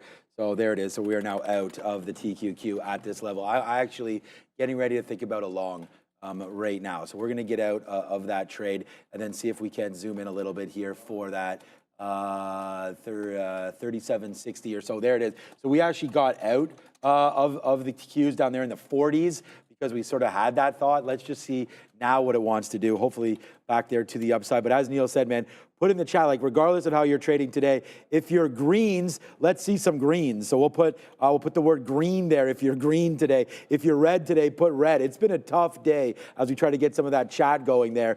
It's almost at 17,000, says Casey. Yeah, I'm going to stop out. So I just went long there, pretty small so some of those, one of them's a cover down there at 40, one of them is the long. We're long right now at 66. So I'm going to use the current bottom as our out, which right now is not 35.40. It is right there, 37.40. So if we break below that, then we're wrong, and there's much more to go to the downside, and that is completely fine. We're risking right now 5% of our day, of the trade on the TQs. So we're really risking nothing here, but it looks like we are 57. Yeah, we are now falling back in here for TQQ. So let's get ready to go. If we break through, let's just give it to 37 right now because we're never going to be exact on any of the prices that we have, quite frankly. So we're going to wait to see right here where we can go on the TQQs. It looks like it wants to go a little bit lower than where we are right now. So, okay, man, all aboard. I hope you're all buckled up. This should be a wild ride. I'm going to take one more piece right here in the 30s, get a small little average price, and then just give it down to 37. And if we crack that level, then fine. As I said, man, we'll give back maybe 10 or 15% of what we've made so far today on the TQQ. So there it is. Our average price now is 54. Our stop is going in right there at 36.99. So there it is, man. There's the stop. We'll give it 50 cents worth of room. It's VIX Nation right now, and apparently it's the next level on the VIX is 59.5. I'm just like, there's some things that are breaking down that don't make any sense. What the heck is going on? Question is, do they make dollars? Well, there's only 10 minutes left. Oh, wow. Okay, I forgot about that. Okay, we might not get this. Yeah, someone just, anyways, the stock I'm looking at is supposed to be bought at $9 in cash, and I'm debating whether I should be punching this long or I'm missing a story. Is the deal falling apart here? Because I don't know and I don't have time to check it. It's probably not worth taking a headshot. But someone was asking, like, what's going on with the VIX? Next level up, well, this is blocking. There you go. Go back to the early morning on Panic Day, whatever you're calling it. 59.5, next level up on the VIX. So we're continuing to press higher and higher and higher. I'm getting FOMO looking at that thing at the bottom. I'm still looking for us to, if we get any kind of a curl, and I'm staring this down, if we get to 59.5 or 60 on the VIX, and I'm just going to go back to Apple. What I liked about it is it held the level for a bit. A couple times it bounced and went a little bit in the money, but it's certainly finding some support, and it's down the most. So if we do hit some kind of a late day reversal, it's past 348. All right, no matter what, I'm not taking anything till after the imbalances. I just realized we're only a minute till the imbalances. I don't like getting into position right before the imbalances come out. You get like a liquidity vacuum. You're either in it to hold through the imbalances, or I'm in it after we get any kind of a imbalance. The early look was nothing. I think we showed it to you guys anyways. There's that buy it for $1 million to sell side. NU 1.6 million to the buy side. Still RY is a sell, but nothing on the NASDAQ. You don't get NASDAQ till 350. It just comes out public. You do get early looks on the New York for the closing auction. You get early looks on the Amex as FXI is a buy. So yay China, I suppose. 2 million's not going to get the job done, however. Not even by a long shot. Yeah, we didn't even realize that we were coming into those imbalances. So, yeah, we're still comfortable with it. I'm not going to dump it, but if you guys want to get out of this one for a much smaller hit, then you could do that. We're not risking too much here. We are risking to that low. So I just tried to. I mean, I shouldn't have even punched out of the short. Again, not watching the timing there is completely on me, obviously, as we are close to those imbalances. So now I just sit here and have to wait and basically hope that they are upside imbalances now, but it doesn't really matter. It's not going to change my day too much anyway, so disable it there. We'll get ready to see once this comes out. We don't want broker. Right there, activate that. So here we go with, it just keeps on loading up at the wrong side. All right, here we go. 3, 2, and 1. And now those imbalances are now out, so we can Gotta see be buys. exactly what's going on. Yeah, the future's not moving around too much, but hopefully it's a buy as we start to go a little Apple bit. just smoked 170. Yeah, no, Apple's not even on here right What? now. And if it is, not huge. NVIDIA small bid, Intel small bid. Things Tesla bid, so there goes Tesla a little bit. They're all starting to fade back out a little sure? bit. So It's not there at all. whether if it's there, it might be there. Oh, there it is, 600,000. But doesn't matter, Neil, because we're doing it again. Money, money, There it goes, man. Luck be with us. And this is the thing, man. Thank you so much. You know, when you have positive vibes, you give positive vibes in the world, sometimes that will come out. And I hope that's what we were doing right there. We will end our day with a big chicken dinner winner. And this time, man, it's on with the futures. I mean, we are just pretty lucky that we get that move. I was thinking for the bottom, obviously, so were people that included the imbalances. Bye-bye, ciao. There it is, man. Boom, like we said, we'll celebrate because, hey, man, this is a banger on right there again. There goes the futures. It's a monster move to the high side. Brittany, we did it again right there, this time with a little bit of luck aided by those imbalances. But, hey, it's got to work for us sometimes. I was looking for a move anyways, so there it goes, man. Boom. Oh, yeah, that's a big move there. Almost $1 in the money on that one as we'll just sit back and have another sip of our coffee. Yeah, great. Like, there was quote levitation on. That's why I said Apple was maybe a buy imbalance. It's because it was quote levitation. It went from 169 even to 170 and a half, almost like one shot, and there wasn't even a buy imbalance. So they did blow it right through. The futures obviously are going to follow along. You did have that topping tail candle, went for the punch. I'm not chasing the move.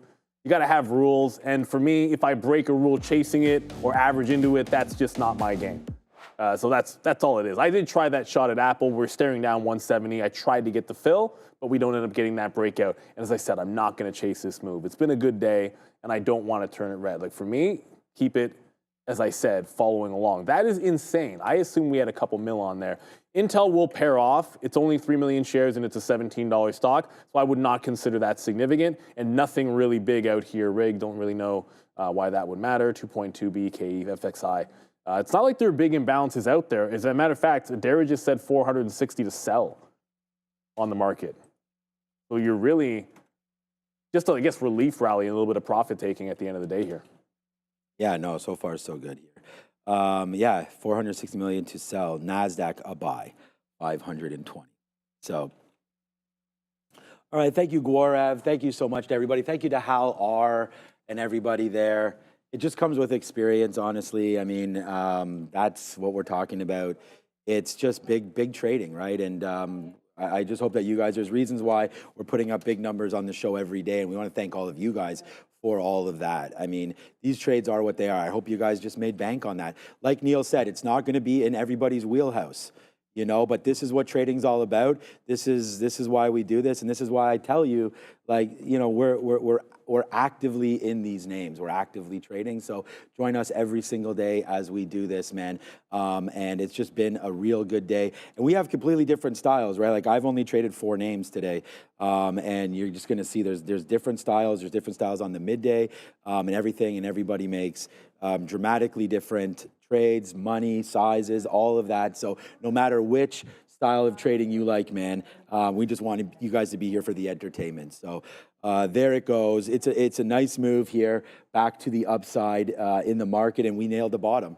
So there's not much else like for us to talk about when we talk about trading. This is the short we had all afternoon. This is the long we have now.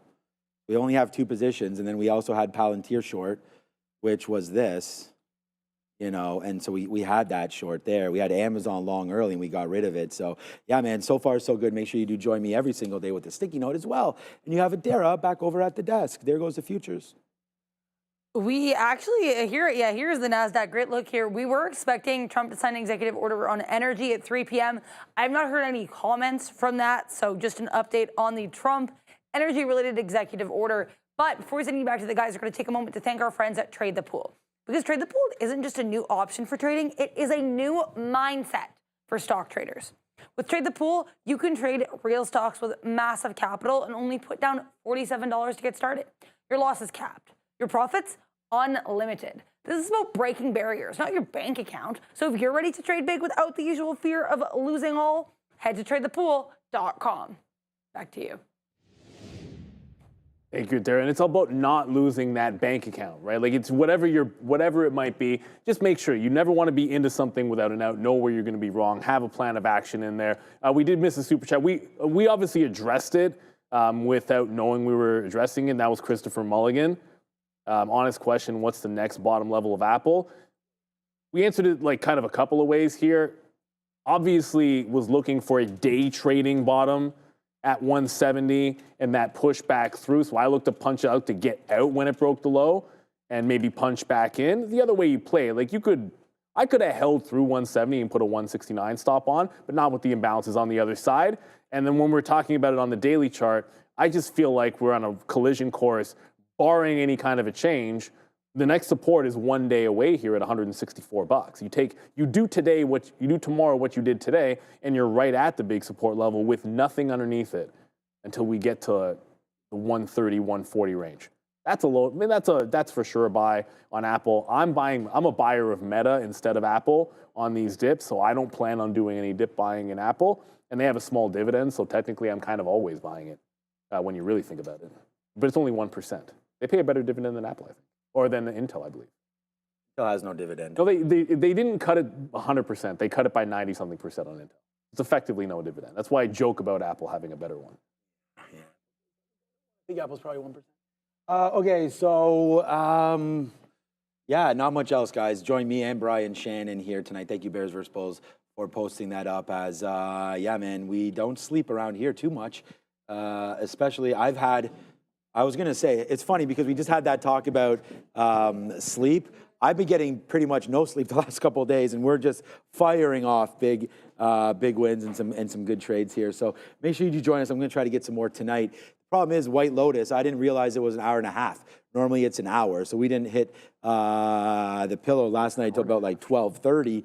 So by the time we get the kids down and all that, spend some quality time with the wife, then it's 11:30. Then we're into bed and so on and so forth. Try to get about 7 hours of sleep a night, but haven't been getting that lately. Haven't been getting that. And then we have our tournament in Brampton the next. I think it's not next weekend. The weekend after that, and we have a game on Friday morning at 9 a.m., which isn't too bad, and then Saturday morning at 8 a.m. And we need to be at the rink, of course, an hour before game time. All right, so there it is. We're just going to start to get some out, man. It's only a couple minutes left. We'll be here tomorrow. I want to thank everybody for all the positivity there in the chat.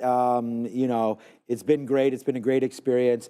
I hope a lot of you have taken some of these trades or at least looked at what we've been doing today. And yeah, the rest, as they say, is history. I'm going to be here tomorrow, hopefully, God willing, and we'll be able to put on hopefully some more bangers for you here again today. So with this last little move in the Qs, now we're about 1/5 of what we made yesterday. So again, monster day. It'll be a trophy day, and we're really super happy with everything that we've been doing over the last couple of days and over the last couple of weeks and months. So thank you so much for helping us. Thank you, Bears vs. Bulls, for helping us get to these levels. Yeah, it's been a great start to the month. That we're at. We want to thank everybody for that. And thank you, Ramin, Fabian. Thanks, Brendan, Adara, and everybody. And everybody that's watching. Thank you, David, there for the super chat that just popped in. Remember, Trump is talking. Again, yeah, that's okay.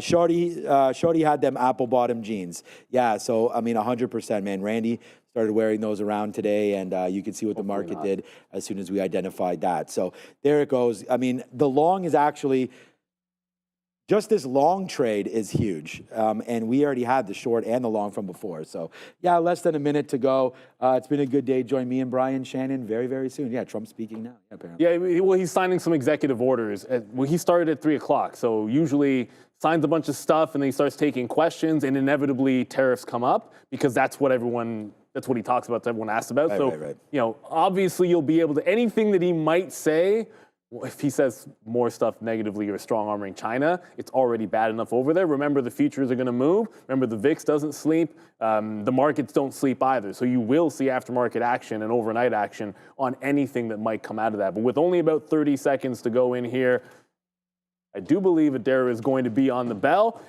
Just on one note, NVIDIA did flip to a sizable sell and is now 5 million and growing to the sell side on NVIDIA. So I'm throwing that one up. You don't usually see it still sell imbalance, but we just popped into the close. It's muscle memory. We actually hit it on time. But the market closing in 5, 4, 3, 2, and brought to you by Worksport, WKSP on the NASDAQ. Ring it, Adara. And there you go. So NVIDIA closing, looks like it might have printed down here a little bit, but actually caught a bit of a spike at the end of the day. Despite that imbalance, it did shoot down about $1 here. Not sure where the print actually went off. It looks like it might have been 96.1 to be down 1% on the day.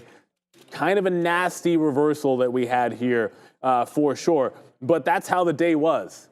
Like, it was just one of those days where if you were patient enough and sort of waiting for the short trades, whether you had them early or late, then I think you were good to go. That's what turned around my day. The volatility that's in place right now is completely insane, what we're seeing. Like, the VIX approaching $60. There was a dip at the end. The VIX actually pulled back a little bit here, but not much. So you did have a dip, and we're still holding at 52. Like, we did have a dip and a pullback on that VIX, but it's holding above $50. This is the first time we've actually managed to hold up here, which is not looking good for that long-term. Elevated VIX means a lot of fear baked into the market. Sometimes you get some good rallies off of that, but you never really know ultimately. Big shout out to our whole crew. We always thank Bears versus Bull. I want to shout out to Joe and Sharif, another awesome midday show. There were a lot of crazy movers out there in the small cap that we didn't necessarily get to cover. Obviously that IPO, that Fat M was a big one moving around. Kind of a tricky one to trade. It moved like, those are ridiculous moves that you saw overall, and that's what these have been doing.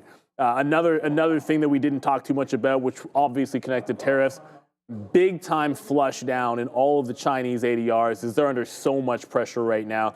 Got to be in play. BABA bleeding, K-Web, all of those looking pretty nasty. Oil lost a bid as well, but there's a lot to cover.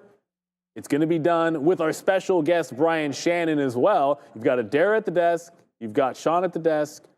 You've got the Profit X Market Recap Show right about now.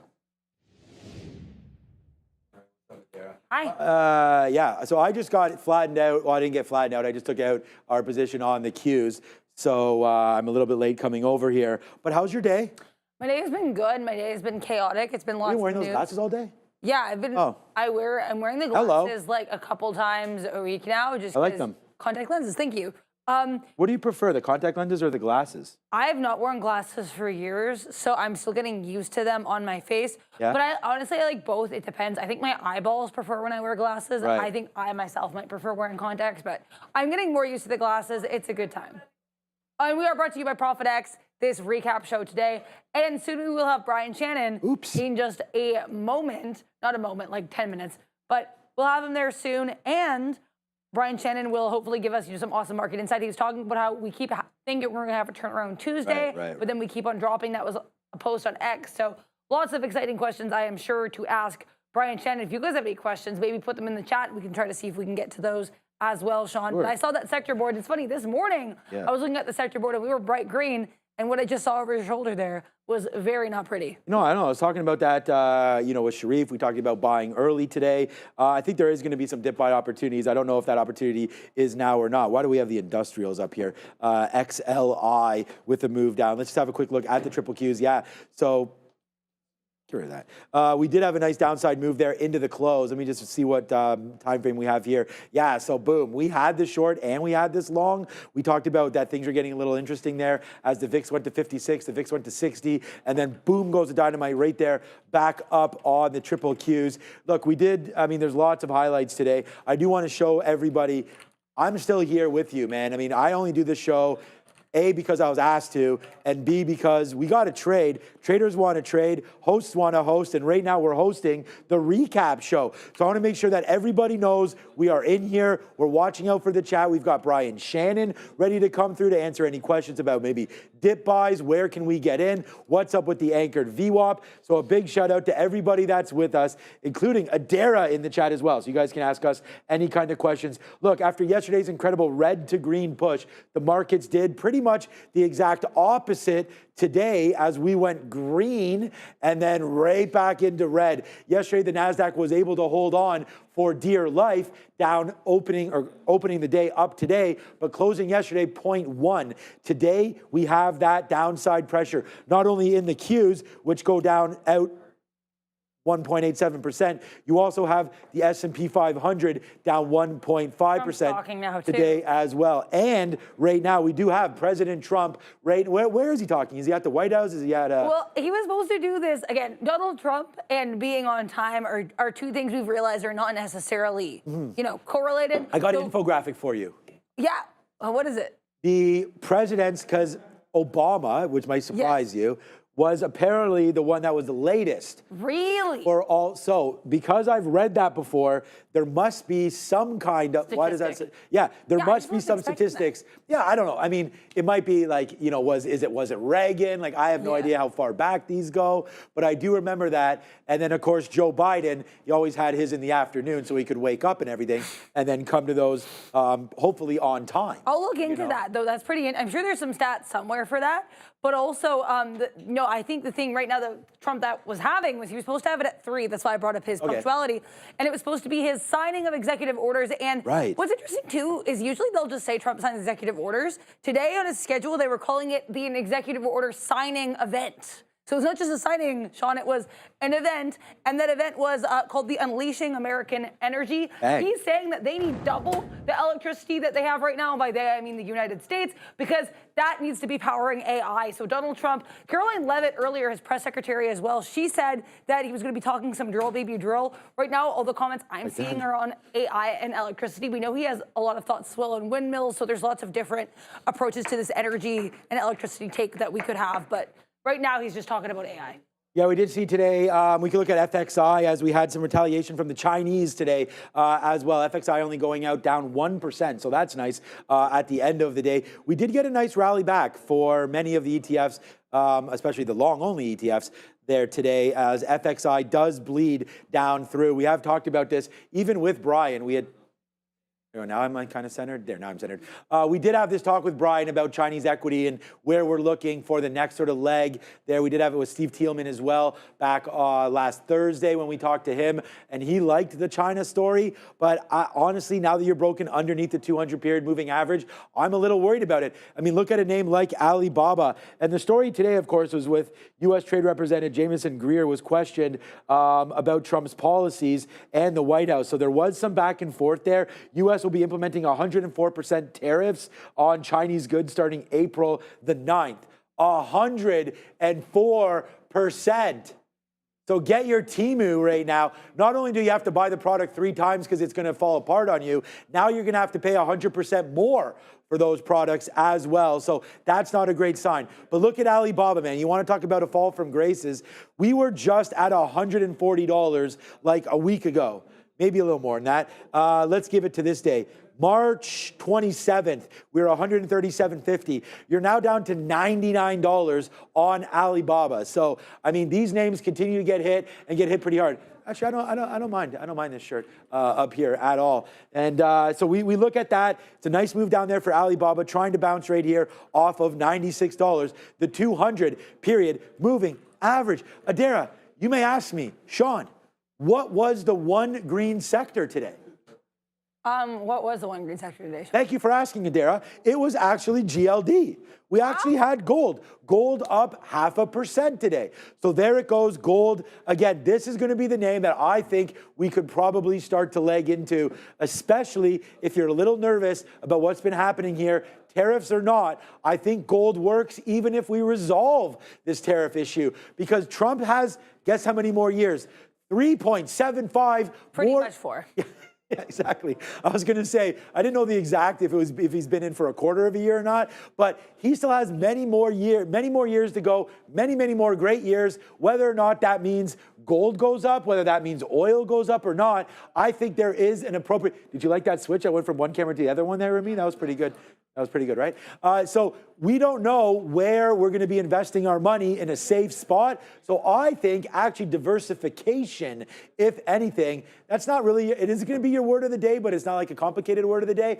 I just think you need to be diversified heading into 2025. We're already here, heading into 2026 in the later part of this year, meaning grab some oil on weakness, grab some gold on weakness, grab some S&P 500. That way, when there is, if there is a lifting, everything will lift together. And if you miss one move, hopefully something else will react with it as well. Gas prices super cheap here right now in Toronto. We just had the carbon tax removed. And by the way, I actually saw the Liberals right now, just if you want to talk about, President Trump has come out and said that he would rather deal with, I believe this is true, the Liberals rather than the Conservatives. Well, yeah, because he and Mark Carney are really like getting off on like a nice little foot. Right. Like they basically said the exact same thing about their condo with one another.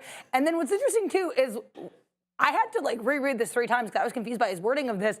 Donald Trump said, "Oh yeah, we'll talk to talk to Carney again after the election."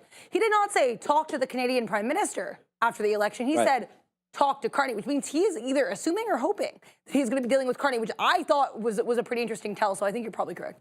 I think, yeah, what's up to Mean Gene? Yeah, that carbon tax. I remember filling up at the station, and it was like, so it was removed April 1st, and because our Prime Minister, he does, April Fool's is not a thing. So he removes it April 1st, and I remember I filled up like, maybe it was like March, late March anyways. I only fill up my tank once every 2 weeks. And I know, Ramin laughs, but I drive 11 kilometers one way, so 25 kilometers to and from work. But at the end of the day, I don't know if you're like, I know you don't really drive, Adara. Maybe I don't. I literally cannot medically drive. No, I know. Yeah. So we've had this discussion before, but I don't know if this is true for Ramin or for many of you. It doesn't really matter if the gas price is like 5. So we're at about $1.30 now. Let's just say a liter. Yeah, exactly. What? Okay, so Ramin got 113. So for me, it's kind of like like if I see 130 and then 2 days later and I fill up and 2 days later it's like 127, I'm like, oh man, damn, like they got me, man. Like what's up with that 3 cents? And then I quickly do the math and I figure like this. I go like, okay, so 3 cents times 60 liters in my tank. So wow, man, I just lost $1.80. Like it's so stupid to think about that, especially when we sit here and trade the way we do, $1.80. But at the end of the day, it's those little things to keep my mind somewhat sane, especially these days. Try to battle the gas price. Not only am I battling stocks, but also at the pump. So, all right, do we have? We had one report today, AEHR. So I should know the name of that. A hair test system. It's like a small cap that runs sometimes. That's why I put it in there. I didn't really think it'd be like a huge thing, but I think it. What time is that at? 4:05. So we're late on it, or did we? I'll see. I'll go check that out. Also, though, tomorrow morning we actually have a biggie, and it is Delta. So we're going to be flying the friendly skies. Where would you go if I could give you a plane ticket anywhere in the world? Oh my God. I'm not going to go to Bora Bora, Fabian, but thank you for the suggestion. I think anywhere in the world right now, I would. I'm feeling Thailand after watching White Lotus a little bit. I want to go to some of those parties. Hey, you know what? I would honestly, Spain. I'm going to go Spain. Because I was thinking White Lotus particular season 2, city? Italy. And then I was like, what's near Italy? Are you like Spain. Barcelona, Madrid? Okay, You want to be near the water? I'm down for Madrid. I'm also, I like Pedro Almodovar, like that director, so probably anywhere that like he filmed some of his stuff, I'd probably go there. Sick. Okay, man, Europe for the win there as well. Fabian was Bora Bora as well. And Ramin said Scarborough, so. Oh, she didn't. Okay. All right. Why could I actually see, the fact that I could see Oh, no, it was North Bay, Scarborough she said. I think it was North Bay. It's pretty funny. I don't know why I would say that. Yeah, she's not feeling Scarborough. All right, so TAN ETF today down 6% as well. I mean, everything got hit right there. We just talked a little bit about gold, a little bit about oil, a little bit about where we would travel as well.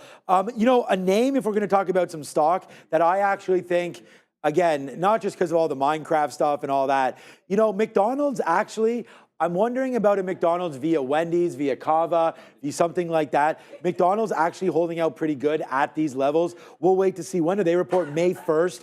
So coming down the pipeline in just a couple weeks now is going to be McDonald's. I did want to check on my good friend Cava. We do not have a Cava around here. Oh no, today I got to get freshy for everybody again. It's a double Katina night for sports. Daughter at volleyball, son at basketball. Oh, he plays basketball? He just started last week. How's he liking it? Yeah, he actually really liked it. That's awesome. Thanks for asking. Yeah, he joined like a house league team because he's 13. Okay, yeah. So it's like 13, and he's not the greatest at basketball, but he loves playing it. So you can't really go to like the school. The thing is like, right, so he's working his way up. Yeah. To that, and he's giving it a go in house league, and he actually got a couple points last week, so I was really proud of him. I actually tweeted that out last week. Maybe I'll do that today as well. So yeah, we talked about that, so we'll get some of that. But Cava, again, some of these names, nice downside push. We've seen Cava get in here. This is a relatively recent IPO, and it's done really well from its IPO, starting right back into here, $40, all the way up to $150, back down into $79. It reminds me of Chipotle Mexican Grill right here, CMG,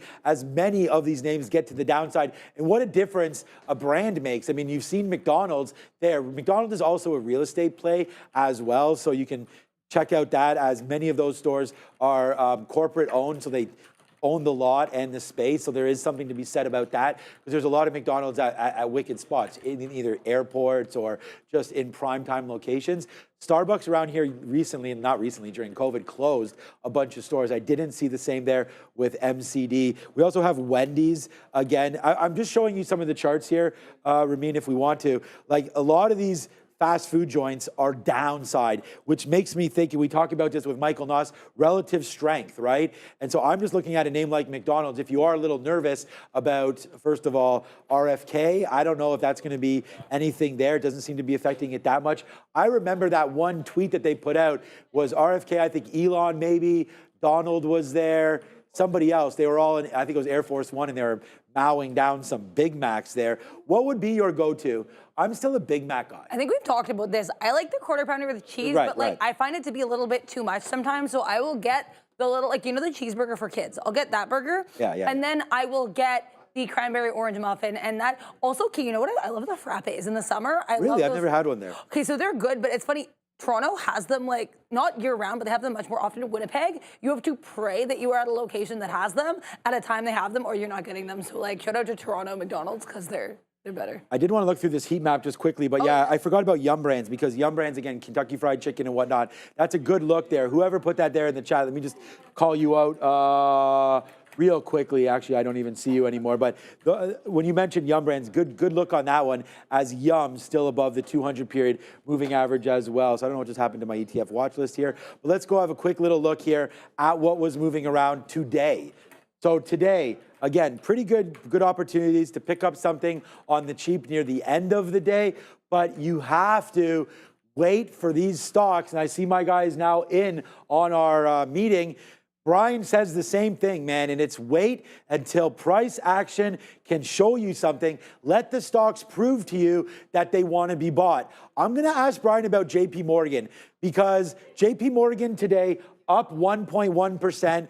Looks like it wanted to go early. And if we have a quick look at JP Morgan, again, nice little bounce off the levels yesterday. I mean, again, everything bounced yesterday. We were down to $200 there. We actually, did we break it? No, 201 yesterday. Nice bounce back there today. We get as high as 226, man. That's 13% move from yesterday's bottom on this monster. And we do report Friday pre-market on April the 11th. So I'm interested to see JP Morgan as well as XLF. Again, some of these ETFs going to be in play heading into next week. By this time next week, we'll have already had bank earnings, and we can ask Brian again. But right now, we can ask him right now, because he's here. It's Trader Talk. Let's bring him in.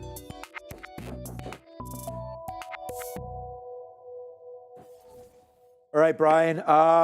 You know, guys like us, I mean, you are very handsomely without hair. I've been pulling mine out over the last little while because of this market. But you and I have gone back and forth over the last couple weeks. And you've mentioned to everybody, watch out for things like this to possibly happen because we've been underneath key levels. You've showed us anchored VWAPs for days over the last couple weeks. So I don't know if this is a vindication moment for you or not, but congratulations because you've been calling out some of these moves and it looks like the tariffs are hitting the markets. How's your trading been over the last couple of days?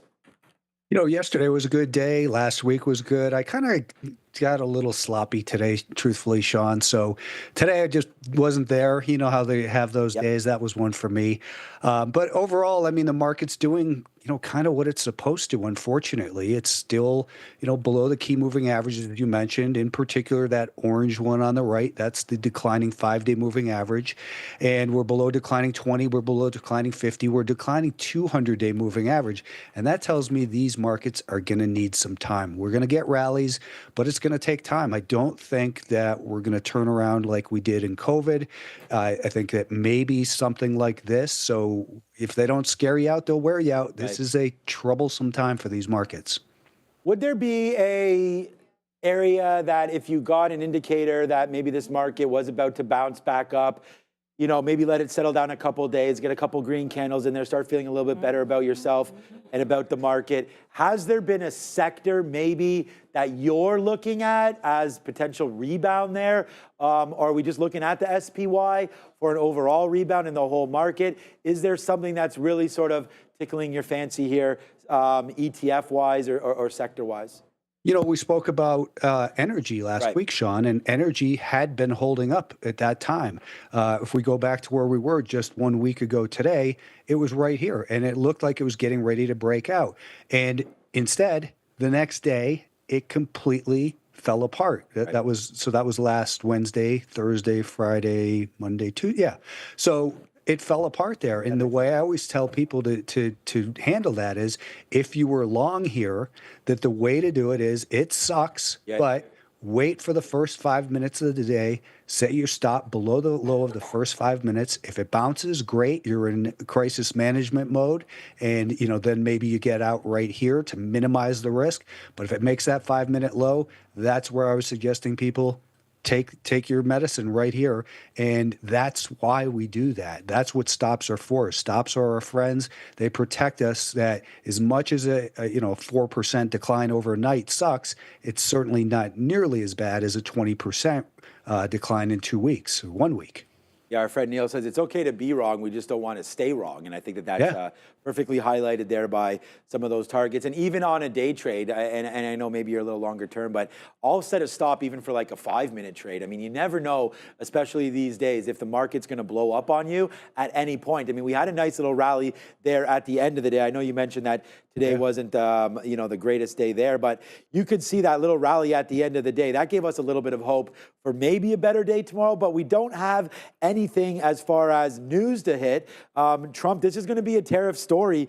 You and I have talked about FXI many times, and you have said to stay away from some of these Chinese names. And I think you've been right on that because we don't have a handle on policy over there in China. We don't know what they're going to do. We don't even know what Trump's going to do. He just slapped 104% tariff on Chinese goods. So I got to ask you, when's the last time you bought your most recent iPhone, if you have one, because it's about to get more expensive as well, coming from China right now, as many people worried about Apple. Is FXI I mean, I'm just going to ask you this. I know you're not going to want to buy this, but it's down at the 200 period. And Brian, what a fall from graces. If you come over to my screen here, Ramin, FXI broke that 50 period moving average, and it is just on a train ride down to the downside, like a train wreck, I should say, down into the, I don't know the last time I've seen something this quick go from the 50 to the 200 in 1 day, basically.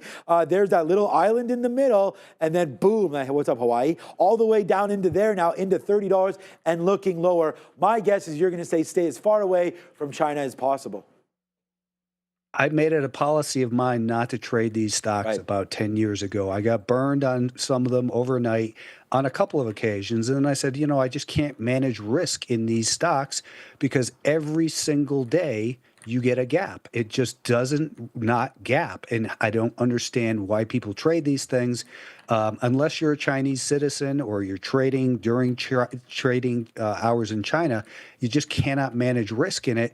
Plus, they just generally aren't honest about their accounting. I don't know if they're cleaning it up, but forever, that was the story with them. The 200-day moving average is a joke in this market. It was a joke for the S&P 500. It was a joke for the NASDAQ. So I don't think the Chinese market's going to find support at its 200-day moving average. It's broken like the rest of these markets. And if they don't scare you out, Sean, finish it for me. If they don't scare you out, they will wear you out. Exactly. There we go. It's going to take time to heal I was this. like, oh my God, I better make sure I remember that one right there. I was thinking, oh no, what if he doesn't get it right? About 100 times. No, because my mind was on the next. So I don't know. I hope that you can visit Toronto, and I'd love to show you everything we have around here. We don't have a producer. We don't have anything. So we're trying to work on always the next story. But if they don't, wear you out right there. So I'm not scared of this market right now because I think you put a tweet out as well. Some of these moves can be expected. We've seen many 10% moves in our lifetime, and it does happen quite frequently. I think over the last 50 years, there's been 27 10% moves or more that have hit the market. And I think it was something like 58% of those have increased to 20% plus. So I'm not too scared here. A little nervous, a little worried about, what some of this political talk is there and where we're going with all of these tariffs. But again, we had COVID. We didn't know if the world was going to end. There was baseball games being played in empty stadiums. Right now, we do have this tariff talk, but at least there's some negotiations there. So let's work our way around that for sure. What about Bitcoin, though, Brian? That was going to be my next question. We're now into levels that everybody liked, or at least people maybe not liked, but we thought maybe we were headed here into that $75,000 mark, 72, 73. Here on IBIT, I have that up as well. And these are those marks where, sure, we're nicely up since IBIT's come to market, but that may change if we lose in and around here $42, which is roughly that $73,000, $74,000 mark on Bitcoin. You've highlighted to us before, Ethereum is an absolute dumpster fire. So is Solana. So is many of these other altcoins. You like Bitcoin here? Can we pick some up? What are you thinking about IBIT or BTC? Dealer's choice. Bitcoin, it had been holding this anchor from the August of 2024 low, and it's been hammering away at that. It broke it this week, and we tested it yesterday as far as that support, now holding as resistance. I think you're highly likely to see this sub 70 in the near term. The phrase that, and you look at Bitcoin and logically you say, well, tariffs don't affect this. How do tariffs affect this? There's no product, there's no trade, it's borderless, etc. But the phrase that I always go to in an environment like this is, during a market crisis, all correlations go to one, meaning there's no hiding out. The selling just gets more selling everywhere, and eventually, even gold's getting hit, which is supposed to be a flight to safety. Bonds, they failed here the last 3 days, and they're supposed to be the recipients of this. And I think Bitcoin, you're going to see it down at 68. I wouldn't touch it till there, and I've got no position in it. Hi, Brian. Thank you so much for being here with us today. It's, of course, been a pretty wild week of trading, to be sure. And I saw your post on X about the fact that we haven't really had any turnaround Tuesdays in a while. Is there any particular, science in your experience or pattern behind these days of the week in terms of sell-off or strength, especially in these more volatile markets as of late? Yeah, Adara, it's, kind of think of it, it's good information to know that there tends to be a historical, bias to buy on Tuesdays, and, the fact that they say, markets don't bottom on a Friday. Those are good to know. They're good, keep in the back of your mind type of thing. And they're a time of interest, just like the Santa Claus rally is a time to be interested. But as we saw last year, the Santa Claus rally failed to materialize, and everyone who bought, because typically it means a 3.2% rally or whatever all the statistics say, they're just statistics. Statistics are made of fat tails as well, and you've got to look at and respect the risk in the current environment. If we gap up, great, we're holding it, but as soon as we break below the daily volume weighted average price for today, you can throw that statistic out the window because the sellers are back in control, and that puts them in alignment with the intermediate term and longer term trends. So I don't, I look at them again as just like a VWAP. VWAP is a level of interest. Tuesday is a time of interest, but if the market's not confirming it, it's just, a bumper sticker. All right, thanks, Brian. And a great question, Adair, there. Yeah. I've often wondered similarly to that as well. We always talk about, do we want to buy stock at the end of the day versus the beginning of the day versus the middle of the day? And I guess it's all about time frame. I mean, if you're planning on holding something for a while, then at the end of the day, it's not going to matter. So, all right, quickly, into earnings season, Brian. I mean, all of this talk is tariff related, is obviously a little bit on the macro sale side of things right now. Let's go a little micro and talk right now about what's coming on Friday, and that is the beginning of the earnings season again. So we're going to wait to see what's going on with many of the bank names. And the big one for me, and we talk about this on the show all the time, is JP Morgan. There's a whole bunch. I mean, and if there's a bank, and if you've looked at them, and there's one that you sort of think is maybe setting up better, we could talk about that. But for me, we've come into some pretty decent levels here on JP Morgan. I always like to buy best of breed, but again, still in the penalty box as we continue to go lower right now. And you and I have talked about maybe not taking a position ahead, too much ahead anyways, of earnings. And this will qualify because tomorrow's Wednesday and they're going to report on Friday. For me, if we can get an up day from JP Morgan on Friday, let me know what you think about this. I'm not even looking at the charts. I just think if they can report positively and finish the day in the green, then I may add to a JP Morgan long just because, hey, earnings are now behind them. And obviously, if they're going to be green, then I am expecting a decent guide. Is that maybe a little too early to be buying banks one or 2 days after earnings? You like the space at all? Any thoughts on JP or any of the other banks?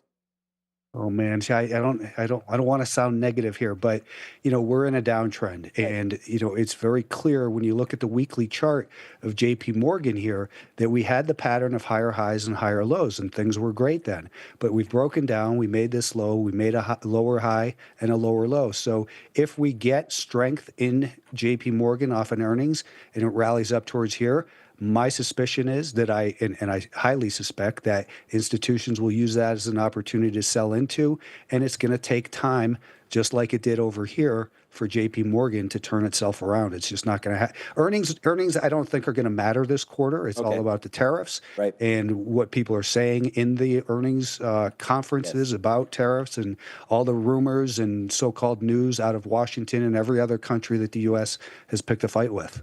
All right, Brian. No, I agree 100%. I don't think anything, earnings are a past report. I mean, whatever you've earned, you've already earned it. I mean, that's the whole point. So it's moving forward. We'll look to see what the conference call is. And Jamie Dimon, I mean, they put the chance of recession at the analyst from JP Morgan and Goldman Sachs, north of 60% right now. And obviously we don't want to be in too many things if that's going to be happening right now. You want to do a little doomsday here, and I apologize if you talked about this right off the open. I have a daily up on the spiders, on the SPY, which is the S&P 500, of course. Now, Brian, I don't, relative strength is the lowest it's been this is since 21. I only have going back to June of 21 right now. The RSI right now is at 21. I don't know if you use RSI too much or not, but it's going lower, and it doesn't seem to be too much of an indicator here at all right now. Is there you gave us 68,000 on Bitcoin. I'm not going to ask you right now because pretty much every single ETF that we look at and most names are going to be in that penalty box, as you've so eloquently coined. Where can we buy SPY? Is there an area that Brian is sitting right now, maybe for that one bid, looking to get filled and not on a huge amount of money or anything like that? Where is a level where maybe Brian Shannon from Alpha Trends is looking to get long the SPY? I cannot do that with my money anymore. I just can't stick in bids and hope that something will hold. Instead, I want to look for evidence. But the high from the anchored VWAP from the high of 2021 right here is the red one. The purple is the low from 2022. So those two come together in this zone right here, which is basically, oops, I moved that by accident, 455 to 470. So I think that is a zone. We could throw a Fibonacci on there and see, if that lines up a little bit. And you've got a 61.8% retracement down at the bottom end of that range. So maybe in that 455 to 465 zone, Sean. Okay. And that's, that's pretty, it's not that far away. It's only another 10% away, really, right? So that would be a place that seems likely to find a bid, but I'd need to see some evidence in there. And like you said, just, maybe it can settle down in there for a few days, Right. turn back above that flat to rising 5-day moving average. Then maybe we've got something we can build on. I almost pulled the trigger right at the end of the day. I was like, you know what, I might just go in here and buy some Qs, and I held off because earlier this morning too, I actually thought this morning was a little fool's gold. Like it was just getting bumped up there, and then all of a sudden, the selling pressures came in, and we got more news about tariff-related.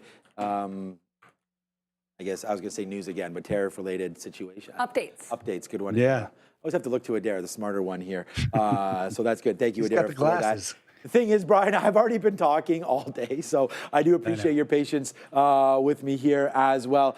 Okay, is there an individual name right now that has you interested? Because I do want to say, if we can go back over here, I want to show, before we let you go, and I'm going to give you a chance to go, but Brian never asked me to say this, but if anybody's interested in any of the anchors or anything Brian has to say, please go grab this, Maximum Trading Gains with Anchored View Up. Your second book, right? Is there a third in the works or what? No. No. Okay, No there it is. third book. So get this one right now before, it's always going to be in stock. You can grab that on Amazon. You can head over to @AlphaTrends on X, aka Twitter, aka X, as well. So, Brian, what is there something that you're telling some of your subscribers right now? Can you just give us a little tidbit? Is there a name that you've been talking about, something that you're interested maybe in the next few days or before we see you next week, Tuesday? I wish I could say yes, Sean, but it's too volatile. And I think that, for the average person who's not a skilled day trader, such as yourself and Neil and your crew over there, that most people shouldn't be involved in this market trying to pick bottoms and things, because every time it's down 10% and you think you've got the low, it seems to drop another 10 or 15%. And, now's the time to, study historical patterns, look at the way market structure actually works, and understand how those flows are. Go look at 1929 to 1932 and look what happened where, we lost 90% of the value for the Dow. Only 50% of that occurred in 1929 during the crash, but we had, the bottom didn't occur for 3 more years. And all the way down, we had presidents, we had secretaries of this and that saying, and big speculators saying this is the bottom, and the bottom didn't come until down 90%. I'm not saying that's going to happen here, but you've got to just consider other scenarios. Peter Navarro coming in yesterday saying, I expect the market to make a bottom soon. Right. He's a cheerleader. He has to say that. He's not basing that on anything other than that's what he wants to have happen. But he doesn't know, just like you and I don't know where this market's going to bottom. So meanwhile, hang on to your cash and be smart. Yeah, exactly. I mean, even just keep it under your mattress for now. Rate's not even that great, right? If you're trying to get anything on a fixed income side of things. Gold at all, or? That's all I got for you, Sean. I'd like to be positive, but Okay. the market won't let me. It's telling me, no, there's still sellers here. And that's my master. I listen to the market, not to Powell, not to Peter Navarro or Trump or Z or any of these clowns. It's all about what's going on in the market.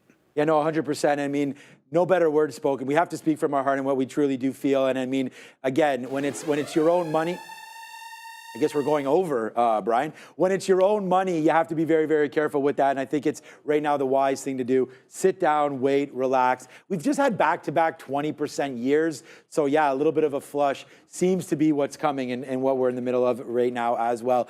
Brian, the chat really enjoyed everything you had to say today. They loved your calm nature and just keeping it real with everybody. So I want to thank you for that. Again, I've said this from time. I feel like you're the best guest that we've pretty much ever had on. So I want to say a big shout out to you, and I want everybody to make sure they go follow you at Alpha Trends, ask you any questions, subscribe to you as well, and definitely pick up Maximum Trading Gains with Anchored VWAP. It's a great read. Even if we're not buying anything right now, there will be a time when active trading, and it might even be right now, we need You can some read it to your indicators. children at night as well. They'll enjoy it. Yeah, I've already read it to them 3 times, so they know it front to back. It's got charts. It's a picture book. Yeah, and right? it's a picture book as well. We go over the charts. So thank you, Brian, so much. I'm going to get kicked out of here if I don't kick you out. So thank you so much. Okay. It's Brian Shannon. It's from Alpha Trends. Have a great week. And yeah, we'll sit on our hands until we get better indicators. Thank you, Brian. Be safe, everyone. Ciao. Bye. Thank you, Brian. Yes, of course, the Piper. He is the best after Adara. Adara, the number 1, and then you. Brian. Well, I said guest, like you're a host. Yeah, I am not. Yeah, Sort of already I on am here. So shout out to the Piper. All right, it's gonna be real quick because Ramin, again, got to go fill up her truck again. All right, so a big Why was that necessary? Well, because she was saying about I how much like gas that you took the truck. You had to make the truck dig there. Yeah, no, that's not even a dig. She was just saying. Yeah. Anyway. It's going full circle. Yeah, exactly. Yeah. So, I mean, whatever.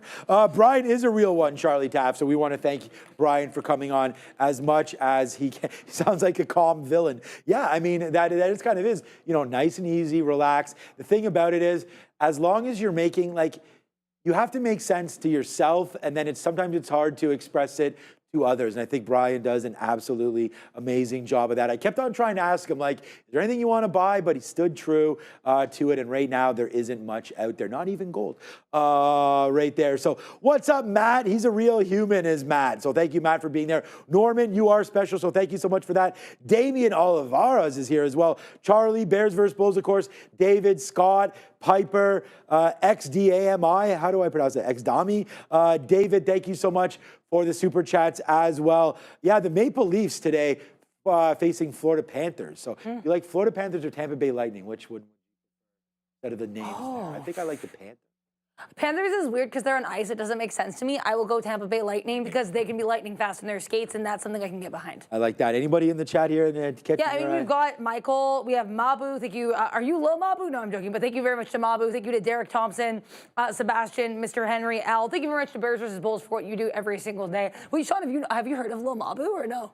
Mabu. Lil Mabu. He's a rapper because this guy was Mabu in the chat, and then it's called Lil Mabu. Oh, I don't Lil know how to Mabu. describe Lil Mabu. You basically The same have to as Lil Google him. Baby, or? No, he's an interesting soul. But yeah, no. Shout out to everybody here in the chat. Mabu's name reminded. I'm probably gonna have to listen to some Lil Mabu tonight, unfortunately. But yeah, thank you everyone for being here with us every Lil single Mabu, that's day. hilarious. Yeah, thank you to everybody for joining us one more time today. Okay, you know what this is today? This is your portfolio, and you got to buy a stock on the dip. So which one is it? Oh, this is some Eli Lilly. Ooh, Eli Lilly, we like it. Okay, we'll sprinkle a little bit in Eli Lilly at some point, maybe not now, maybe soon. Thank you, Adara, for the great show. Thank you, Ramin, for staying late with us. And thank you to our number 1 guest, Mr. Brian Shannon from Alpha Trends. Make sure you do go pick up that book. For Adara and myself, we will see you tomorrow at 8:30. Thank you so much, Bears vs. Bulls. You're the best. And thank you to everybody for staying late. It's Trader TV Live. We're doing it all again at 8:30. See you tomorrow. Oh, and this show is brought to you by ProfitX. Make sure you do scan that QR code below. Thank you, ProfitX, for everything that you've been doing for sponsoring our show. The best odds that I've ever seen, no lie. And you can look at the Leafs and the Panthers with that. Perfect. Yeah, get on that Leafs and Panthers. Go Leafs. I'll be on the Maple Leafs money line tonight. So I'll see everybody tomorrow. We'll talk about it then.